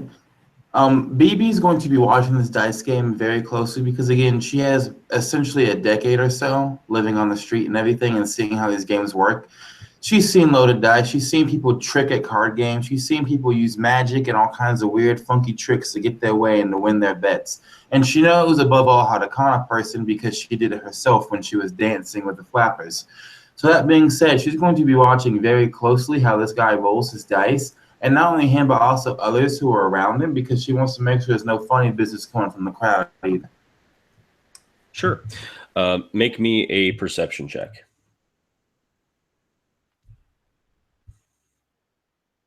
I get one good roll a day. Okay, I got a 10 for that. It's terrible. Okay. Well, looking around, although you see everyone kind of like looking in, just with a bit of curiosity, and you see some money exchanging hands. Some people are betting on Gideon, some people on the other player. You see the other player take the exact same dice as Gideon just rolled, and throws it on the ground and looks up. Damn. And you see 2 2s pop up. Well, you win. Nicely done. Pay the man. And you see a small purse of about 25 gold kind of given to you. Well done. You in for another one? And so what is he wearing? The gentleman? Yeah. The guy. So the guy you're dicing with. He has basically just a kind of like a drabby, beat up, kind of leather like kind of a coat. It's not. It's like kind of like a 3/4 length, not exactly a trench coat. And he's also wearing what looks to be kind of like a turtleneck. He's got a kind of a woolen cap that he's got kind of down to his brow level. You could definitely tell that his clothes have seen a little bit of worse for wear, but other than that, it's okay. He's wearing some fingerless gloves, and that's pretty much about it. Okay, so Well, so I obviously say one more round for Casta's sake. I'll throw in 5G, and then he looks around. My shirt and shoes for that cap and jacket. Let's make it interesting. He really looks at you like, what? So, And that's how we do it back at Casta. what, you play for other people's clothing?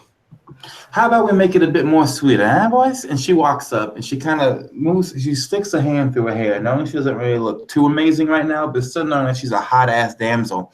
And she looks at this guy and she says, "How about this then? All right, you guys play another game. If you win, I'll take off a piece of clothing. If we win, you answer us a question." Different rules. So all the others around kind of like look at each other and look back at you and then look at each other and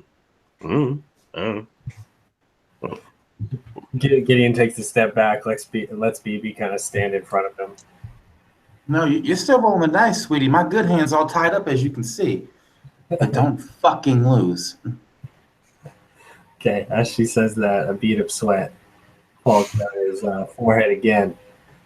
And so yeah, he's in for it again.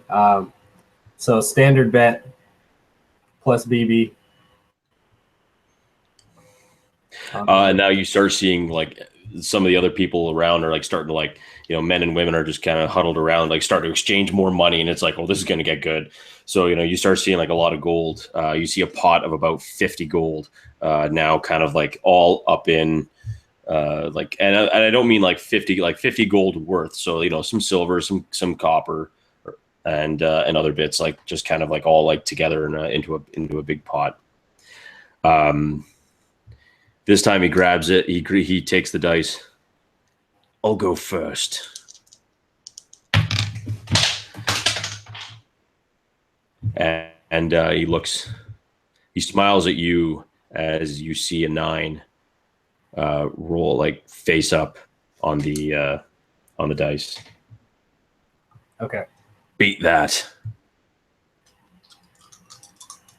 All right. 10 plus 2, 12. And so as the 2 boxcars kind of flip down, you see the guy stand up and stop and, "This is nonsense. You're cheating, aren't you?" And the others start murmuring, kind of like not too happy about the situation. Whoa. Calm down there, big guy. Cheating. We came here fair and square. Here, I give you a gift. Come here real quick. He kind of stomps toward. He's taking off his cap and his jacket, and he throws them at you. Gideon. What? Come here. I said come here, not stay a distance away talking to my man. So he does. He gets up within like probably about 3 feet of you. She gets up again, moving even closer to a tippy toe. So she does two things. The first thing she does is she kisses him on the cheek. The second thing she says, now be a good little loser and answer my question for me, yeah? Fine. What? Thank you. I'm here looking for some people, all right? I mean, it's pretty common knowledge who the Alums are, but I specifically got some very important business to talk to them. Now, I need to know where in the city or who in the city I need to talk to for a contact. and you know, he laughs, and a couple others kind of laugh as well. You'll not find any of them round here. They're from the East Wood and down in Castor. You'll even find a few of them over in Titan's Fist and down in Oasis. But here, they don't bother with here. It's just merchants and those of us who like to steal from merchants. Sweetie, I used to date the Alums. I know exactly where they are. I know they're in Titan's Fist, New Bell, Eastwood. I know where they is. But I know they have at least a contact somewhere. They have to have someone in Honest Bay. It's a merchant city, boy.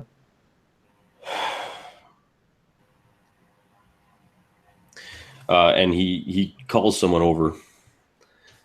You see him grab a piece of a small piece of paper and some like basically like a writing stick, kind of like a pencil, but it looks like kind of like a piece of like coal or something. And he writes down a name. Yeah.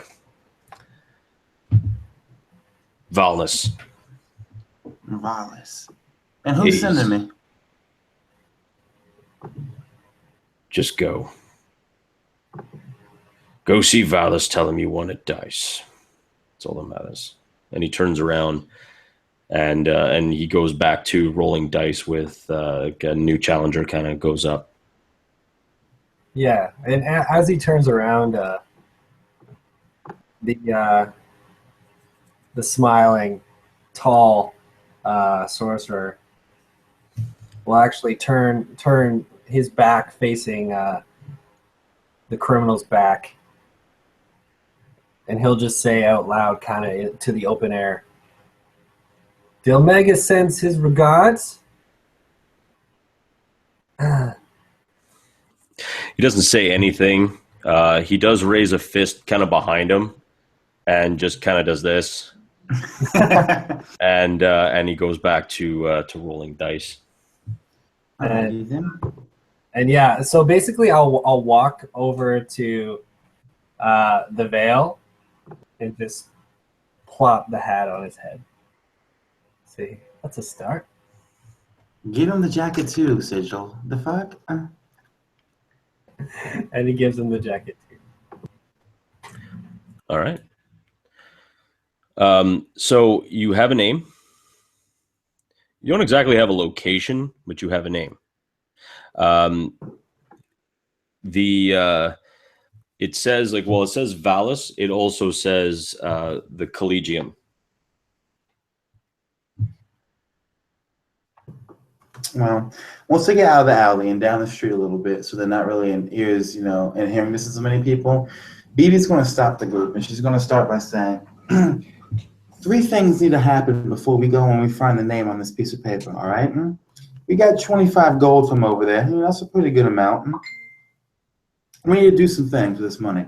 1, we need to get new clothes, because I got blood soaked through mine, and Knuckles got blood soaked through his, and we're not going nowhere talking to nobody with blood soaked through our clothes. 2, we need to buy a hotel room with a shower in it. That's another gold right there. So that way I can shower, you can shower, because quite frankly, we all smell like raccoon piss and trees right now, and none of that's too good. No one's going to have a good meeting with us like this. So we get new clothes, we take a shower at a hotel, and then we go and find this guy at this Collegium. This educated girl. Maybe one of you guys are. But we're gonna go to this collegium. We're gonna find this person looking all nice and dolled up. All right, and it's gonna be the cat's meow. We're gonna have a good little talk with him. And and yeah, so I netted 25 gold from the first game. How much from the second game? You netted 50 from the second game. So you have 75 between the four of you. Nice. Ding ding. Yeah, I'm just gonna divvy it up, and say, let's find ourselves an inn. You go find yourself an inn. Me and Knuckles are gonna go find some clothes because we're bloody and nasty. And he'll say, "Hi," I think he'll stay with them until they find a clear breaking point that says in this way, like merchant's quarter this way. So Yeah. So I mean, like looking around, like kind of as you start going towards kind of the nicer area, and you would assume that the college or the collegium is in kind of the nicer area of the city. As you kind of get to the like kind of dilapidated, older, like 200-300-year-old buildings, kind of in this more rundown district of Honor Bay, you start going over and you start seeing this new, like really nice buildings, a fair bit taller as you head towards the city's center. You begin to see buildings more of the kind of 1920s style, the beautiful Art Deco concrete buildings with these like very imposing, very angular kind of like birds of prey as gargoyles kind of all around. And, you start seeing the much taller, 6, 8, 10-story buildings kind of all around.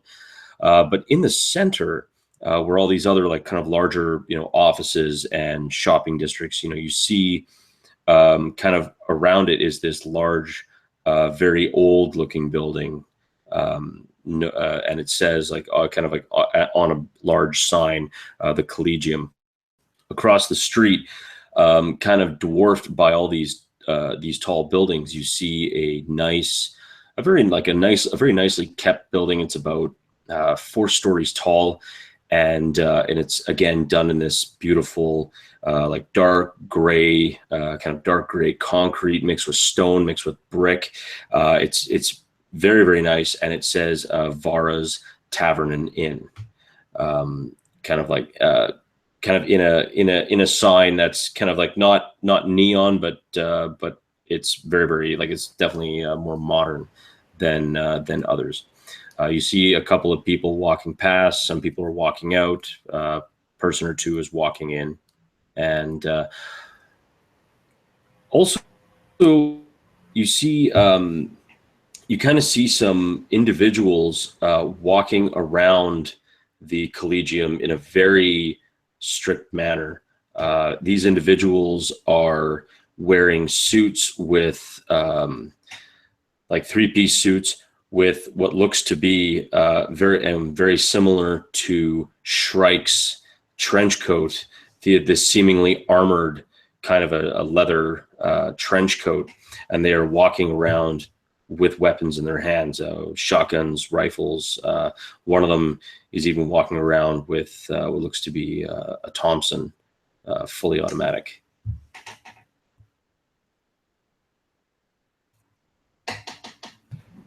Varis would then, upon seeing this, Varis would then go, he would start to put the faux clothes over his already, like over his armor. The trench coat and the beanie would be draped over the V. Looks like a normal elf. The ears sort of just poking out of the corners of the hood, and he sees the Collegium, and the closer he gets to it, the closer he gets to the Collegium, I imagine the harsher that V on his arm begins to grow. While we are here, I need to get into that building. I understand if we need to see other people, but before we leave here, I would be doing Waylon a disservice, and we would be remiss if I did not try to see someone in there about this. Besides, he mentioned something to me. Something about a quill. I don't know what it means. Pally boy, look at the note again. See the name? Valis. See the place? Collegium. See the building you're dying to get into? Collegium. I got you. I'll help you out with this little destiny mission that Waylon's given you. And we'll go there, but we can't go there right now looking how we do. Fugitives, learn to live like one.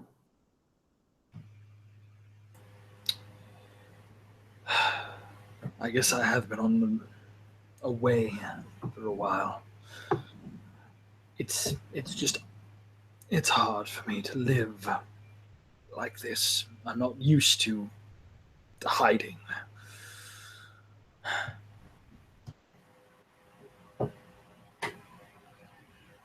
You'll get used to it with time. And she kind of folds up the note and she puts it in her pocket and she says, now you two, with the cute little cap and jacket and your cute little goggles sigil, we'll go with that. You two go find us a hotel. I ain't take Knuckles on a date to get us some new clothes. So yeah, Gideon will just say, then we'll meet back at the tavern. Yes, we will meet back at the, well, okay. Let me take that back. Let's go get the clothes and then go to the hotel, because I'm not about to be walking around the city looking like a knot on a log, sticking out like a sore thumb trying to find you guys, all right? So we all go together, and then we go to the hotel where we freshen up, and then we go to the Collegium, okay, where we're with sound of mind. My hand's not a bloody mess. We have new clothes. We don't smell like tree piss, and we can talk to Valis, and we can discover whatever impossible mystery Pally Boy has set himself to discover. And yeah, Gideon's down. He'll look to Knuckles. Okay. Shopping, as unless there's a definite scenario you guys wanted to role play. Shopping doesn't really take too long. It is a very you're in a merchant heavy district. You do find some like relatively decent clothing. Although I will say, tell you what, Varis, roll me a d20, and let's see what you roll.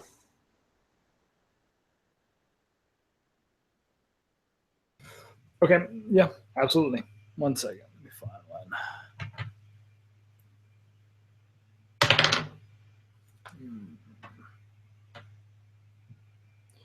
Are we doing just straight D20? Yep, or just a straight D20. 16. Okay. So walking around, you manage to kind of avoid the paladins, paladins around, or at least the Enclave forces. You actually see, like quite a few walking around, just keeping the peace. As a matter of fact, as you walk by, you manage to walk literally right by a person in Enclave colors and armor, and he just kind of looks at you, nods his head, and he just keeps walking. Although you see another member of the Enclave forces across the street, kind of grabs his head for a second and like looks around, and he's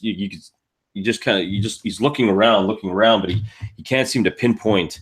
He can't seem to pinpoint anything, and he just kind of shakes his head and kind of gets the side of his head and just continues to walk in the opposite direction of you guys. You find a decent clothier. You guys pick up some pretty decent clothing. In total, for the four of you, if you guys want like a couple of sets of clothing, it costs you about 15 gold in total to get some nothing too like, you don't want to stand out. You don't want to wear, rags either. So, you just want kind of a decent kind of set of clothes. So you get a couple of that, funny 80s montage music later, as you're trying on clothes and you get them up. You make your way back to the that main area that I discussed beforehand. So the Collegium is, across the way. A few individuals are kind of walking around, and looking up, you see Varis. It looks like there are rooms up above, and just basically a tavern in front of you.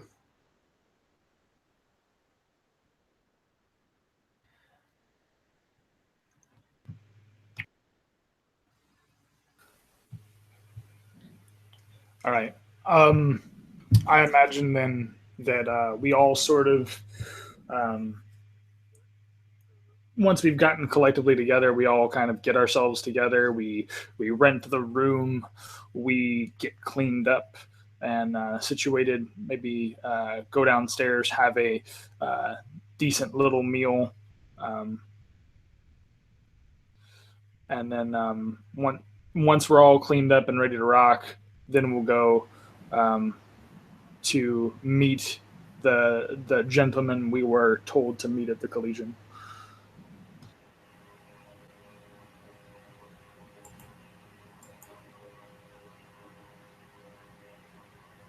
No worries. So as you're sitting down, kind of eating, keeping to yourselves, you do go into Vara's tavern. You meet the owner is there. She's the bartender. Her name is Vara. A very, very attractive woman. She has kind of like a light, mousy blonde, kind of dirty blonde hair. She welcomes you as you're sitting down. You begin to pick up on conversations around you. Sitting in silence, trying not to talk about, the fact that you guys just escaped from a prison transport ship. You begin to pick up on certain things. If anyone wants to make a perception check to find out exactly what you hear, you can. If not, then you can just head right or at least try to head to the Collegium. I would like to do two things if I can, Mike. One, I would like to roll the perception check. But two, I would also like to use kind of the sense of persuasion, sort of the smooshing that I have with words, my elven flow of beautiful words to sort of allow for us to be kind of. I look at Vera and I'm basically kind of Jedi mind tricking her and saying, like, look, if you could do us a favor and allow us to not be taken notice of as much, put us in the back corner of the tavern, do whatever you can to kind of keep focus off of us so that we can focus on everybody else in the tavern, I'd appreciate that. So I'm going to make those two rolls then. I also gotta say something from Mr. Chicken. While he's doing that, talking to her, for the first time in a long time, BB is somewhat dolled up. She has lipstick on, eyeliner on, she's got a nice dress on, and then the fact that she's wearing a very tacky, essentially like black fabric, like homemade cast around her left arm to hide the gun. She looks exponentially better than she has the last few months and years, really, in the army. In fact, the only person who ever saw anything close to this was Varis, back when he first busted the aliens a long time ago, and he would have saw her in her full dolled-up gear. And while she's not at that level, she looks exponentially better than she did before, and she's already an attractive woman.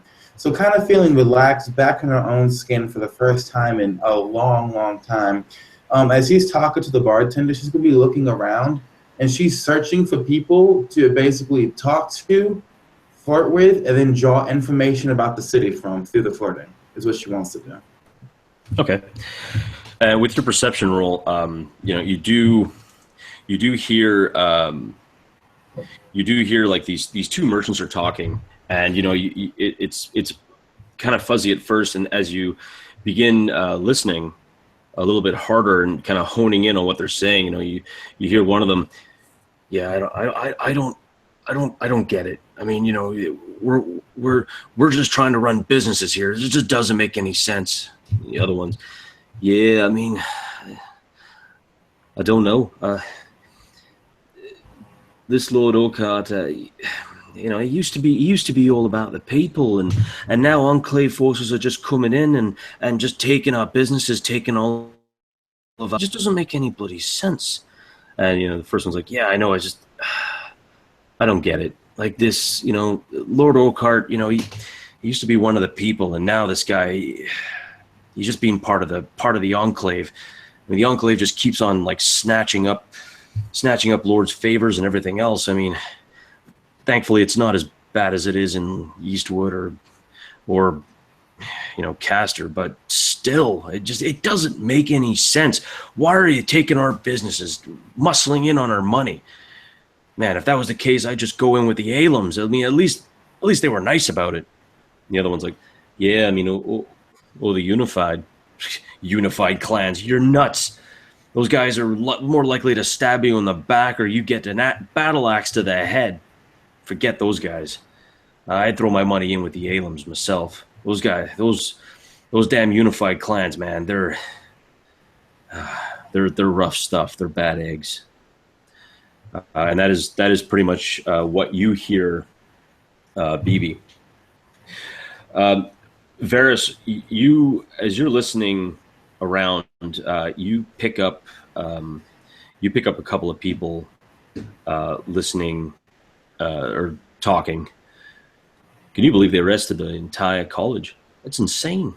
I mean, who does that? Who just walks in and says, right, all of you learning magic, you're all under arrest because you want to learn magic? Doesn't make any sense. I mean, I kind of feel bad for Traela, and the other ones. Yeah, Traela's got it pretty rough. I mean, poor guy, he's just trying to do his job, and all of a sudden, these Enclave forces just kick the door in and just steal him. It's not right. Not right at all. I know. Oh well. That's a damn shame. I mean, it's bad enough they had enough of a problem with a thief coming in and taking all of his books. Yeah, yeah, I know. I mean, geez, I don't know what he's going to do now. That's pretty much what you hear.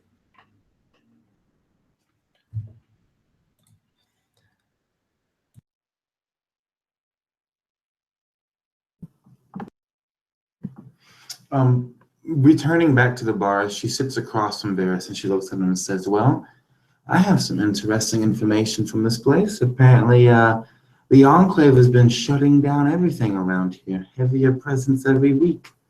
Everyone wants to throw in with my lovely Alums. We're not here yet.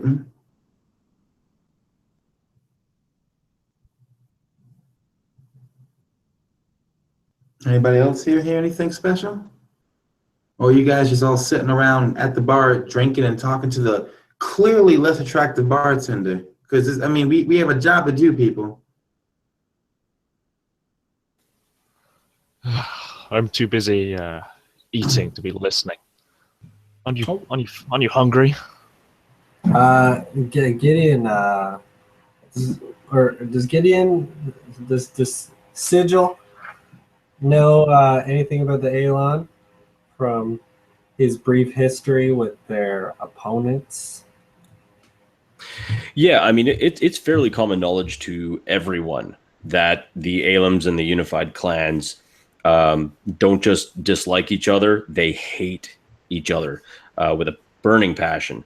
And although they kind of kept their war, for lack of a better term, kind of on the down low where they don't involve innocent people. Sometimes it spills out, and there are like real issues with with it, and sometimes the Enclave has to be called in to try and sort it out. But yeah. Yeah, I'll just express my common knowledge then. Gideon, sweetie, I hate to tell this to you, but sometimes you're as knuckleheaded as Knuckles is. Because I slept with an alien for years, boy. I know what they're like. That's not what I'm asking you guys. So I'm asking if you guys heard anything else in this bar before we head over there. Now, if we didn't, I'm down to go right now. Because once again, I have a burning need to go there. Therefore, you two have a burning need to go there. And you, Pally Boy, have the most burning need to go there because your magical force of destiny is waiting for you there, no? What did you hear? What are the details? Details are simple. Enclave are closing down every business. Lord Oakhart, I think the name was that I heard. He's going from being a people's man, as they called him, aka he's no longer on the roster anymore. And now he's throwing in with the Enclave, taking Lord's favors and letting everybody get sold out. Oh, lovely. Just what I needed. All right, well, did I hear you right? I don't know if I heard it. Or was there a word? I heard books. Something about books. Something about books. I heard something about books. What happened there? I didn't hear anything about books. Did you hear something about books that I didn't hear about books? No, I thought. Never mind. Never mind. Maybe I'm just imagining things at this point. Let's us go then. Hallie boy, you have a lot to learn before you are comfortable in those clothes you're wearing. And she stands up and kind of, straightens herself out and she says, well, if everybody else is ready, we got to somehow penetrate. Actually, before we do that, Miss Bartender. Varis? I'm sorry, sweetie, I forgot your name. It's Vara. And Vara, she yes. walks up. She walks up and I see your drinks are down. Do you want another one? Yeah, I'll take another one real quick, but before you pour that, can I ask you a couple questions real quickly? Of course. Okay, so we're new in town. We came here because we're visiting an old friend of ours who works in the college gym, and it seems a lot of armed men outside. Now, with the whole Enclave thing going on and magical people being arrested, is it even possible to go inside, or I have to have some kind of special ID? Like, what's going on over there? Well, I think you might be able to go in, but I've not seen anyone go in or leave in quite a while. I know the Enclave has deemed that place illegal. The head magister, or the head professor, Traela Athelvine, very nice gentleman, used to always come in here for tea. Anyway, he is allowed to stay in, but I think they're doing that more to keep the people from panicking. Other than that, I've heard no one say anything to that effect, or no one come in and out. Bro, that's ominous fucking news, but I'll take it. Give me another mimosa before we head out, and I appreciate you, Vara. My pleasure. After all, I think we sisters have to stick together. And she pours you kind of a nice stiff, looks to be like some type of a brandy or a whiskey, kind of like in just like a little rocks glass, and slides it over to you. And she takes it, she winks back at Vara, and she looks over to Varis, and she says, liquid courage, and she just downs the entire glass right there and puts it back down. And she turns to Knuckle and Gideon and says, well, I guess there's no time like the present to go lose our lives. So let's go ahead and see what's going on with our friend Valis.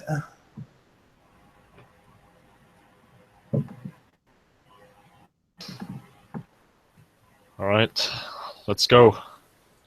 With that, he stands up, finishes off his drink, and waits for the others to get up as well.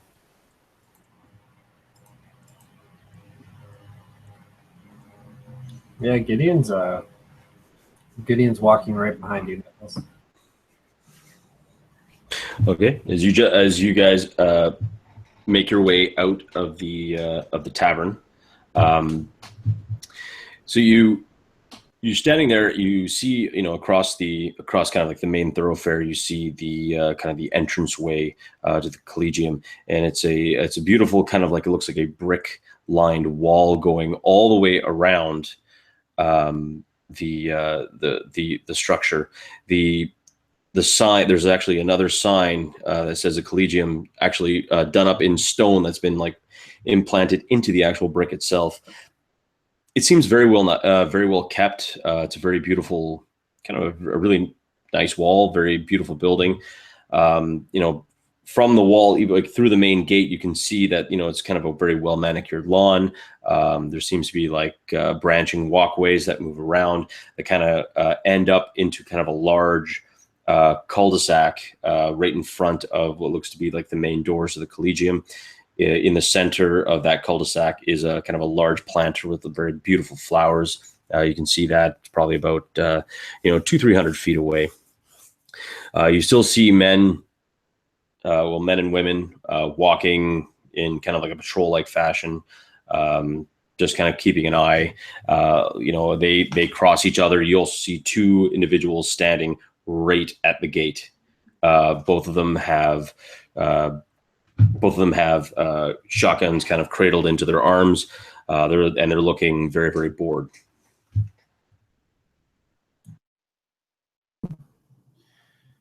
Gideon, Knuckles, and Varis. Pally Boy, excuse me. I don't know why I keep calling you by your birth name. It's such a dumb thing of me to do. But Pally Boy, the three of you, I'm going to walk up. You're going to go with me. If any of you open your mouths to say anything cryptic, Gideon, violent, Knuckles, or stupid, Pally Boy, it's going to be bad for all of us. All right, so let's go. Just don't be like you were in the army or like you were before the army. Be like one of those mobsters in all the comics are always talking about in the papers. You know what I'm talking about? I will try my best to pretend. I guess all I can ask for. She kind of scratches her head, and taking the note out of her pocket, she's just going to march right up to one of the dudes at the gate, or both the dudes at the gate, I guess, and basically start off with hey, I hope I'm new to this city. I really hope I'm not intruding because I have someone to visit in here, but it looks like you guys are on high security now, and I'm really kind of confused if I'm allowed in or not.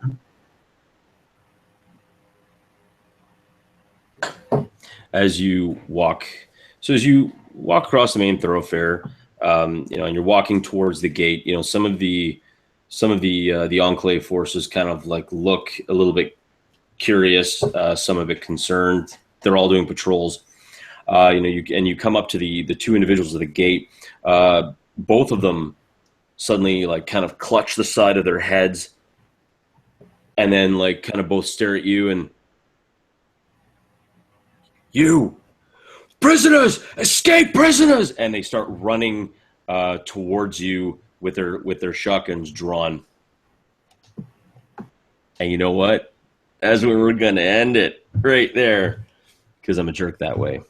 So we're gonna end the session there, and when we pick it up, we're gonna cue the ridiculous banjo music and have ourselves a good old-fashioned chase.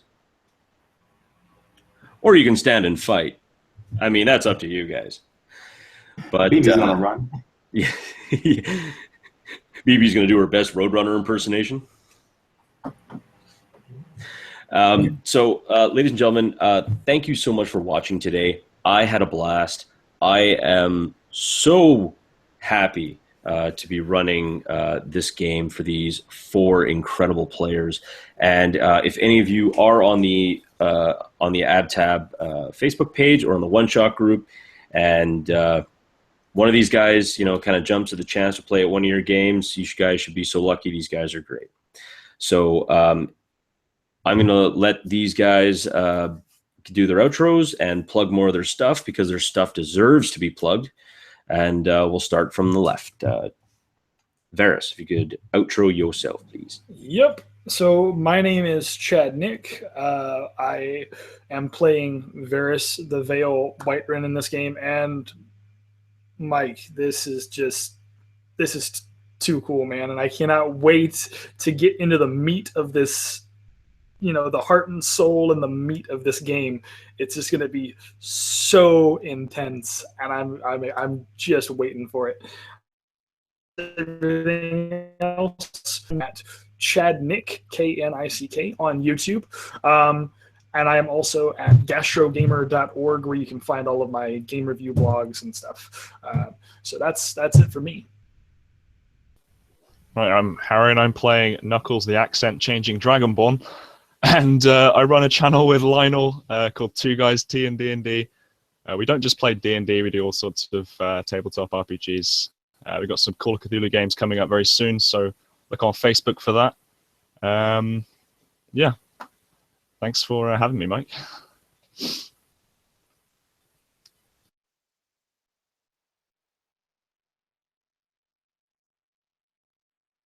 Yeah, I'm Matt, and I'm very into this game, very into Mike as a DM of the year.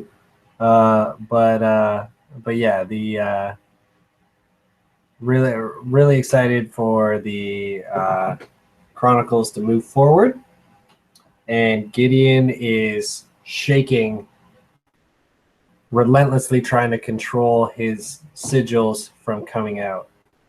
I'm not going to plug anything. I love the one-shot group. I love AbTab. On to you, the bold and beautiful. So, baby, I'm the bold and beautiful Ser Uldar Shrike, also known as Marquise Hardis. It was a fantastic game. I'm very happy I was able to flex my RP muscle a bit with the Mystic. Really my first time being able to do so, and I love the Mystic class. So I'm very happy to be able to play this. It's such a great campaign with a great group. That being said, my shoes are untied, so I have to go soon. So thank you again, Mike, for the game. And thanks to you guys, the viewers, for watching. I'm having a great time, and I cannot wait for the next session of the Ironhead Chronicles Redemption from myself and my channel. If you like it, you can subscribe if you want. But I mean, subscribe to these guys first because they're just as awesome. Actually, they're more awesome. Who am I kidding? And we will look forward to seeing you guys next time. Until then, happy gaming and get inspired.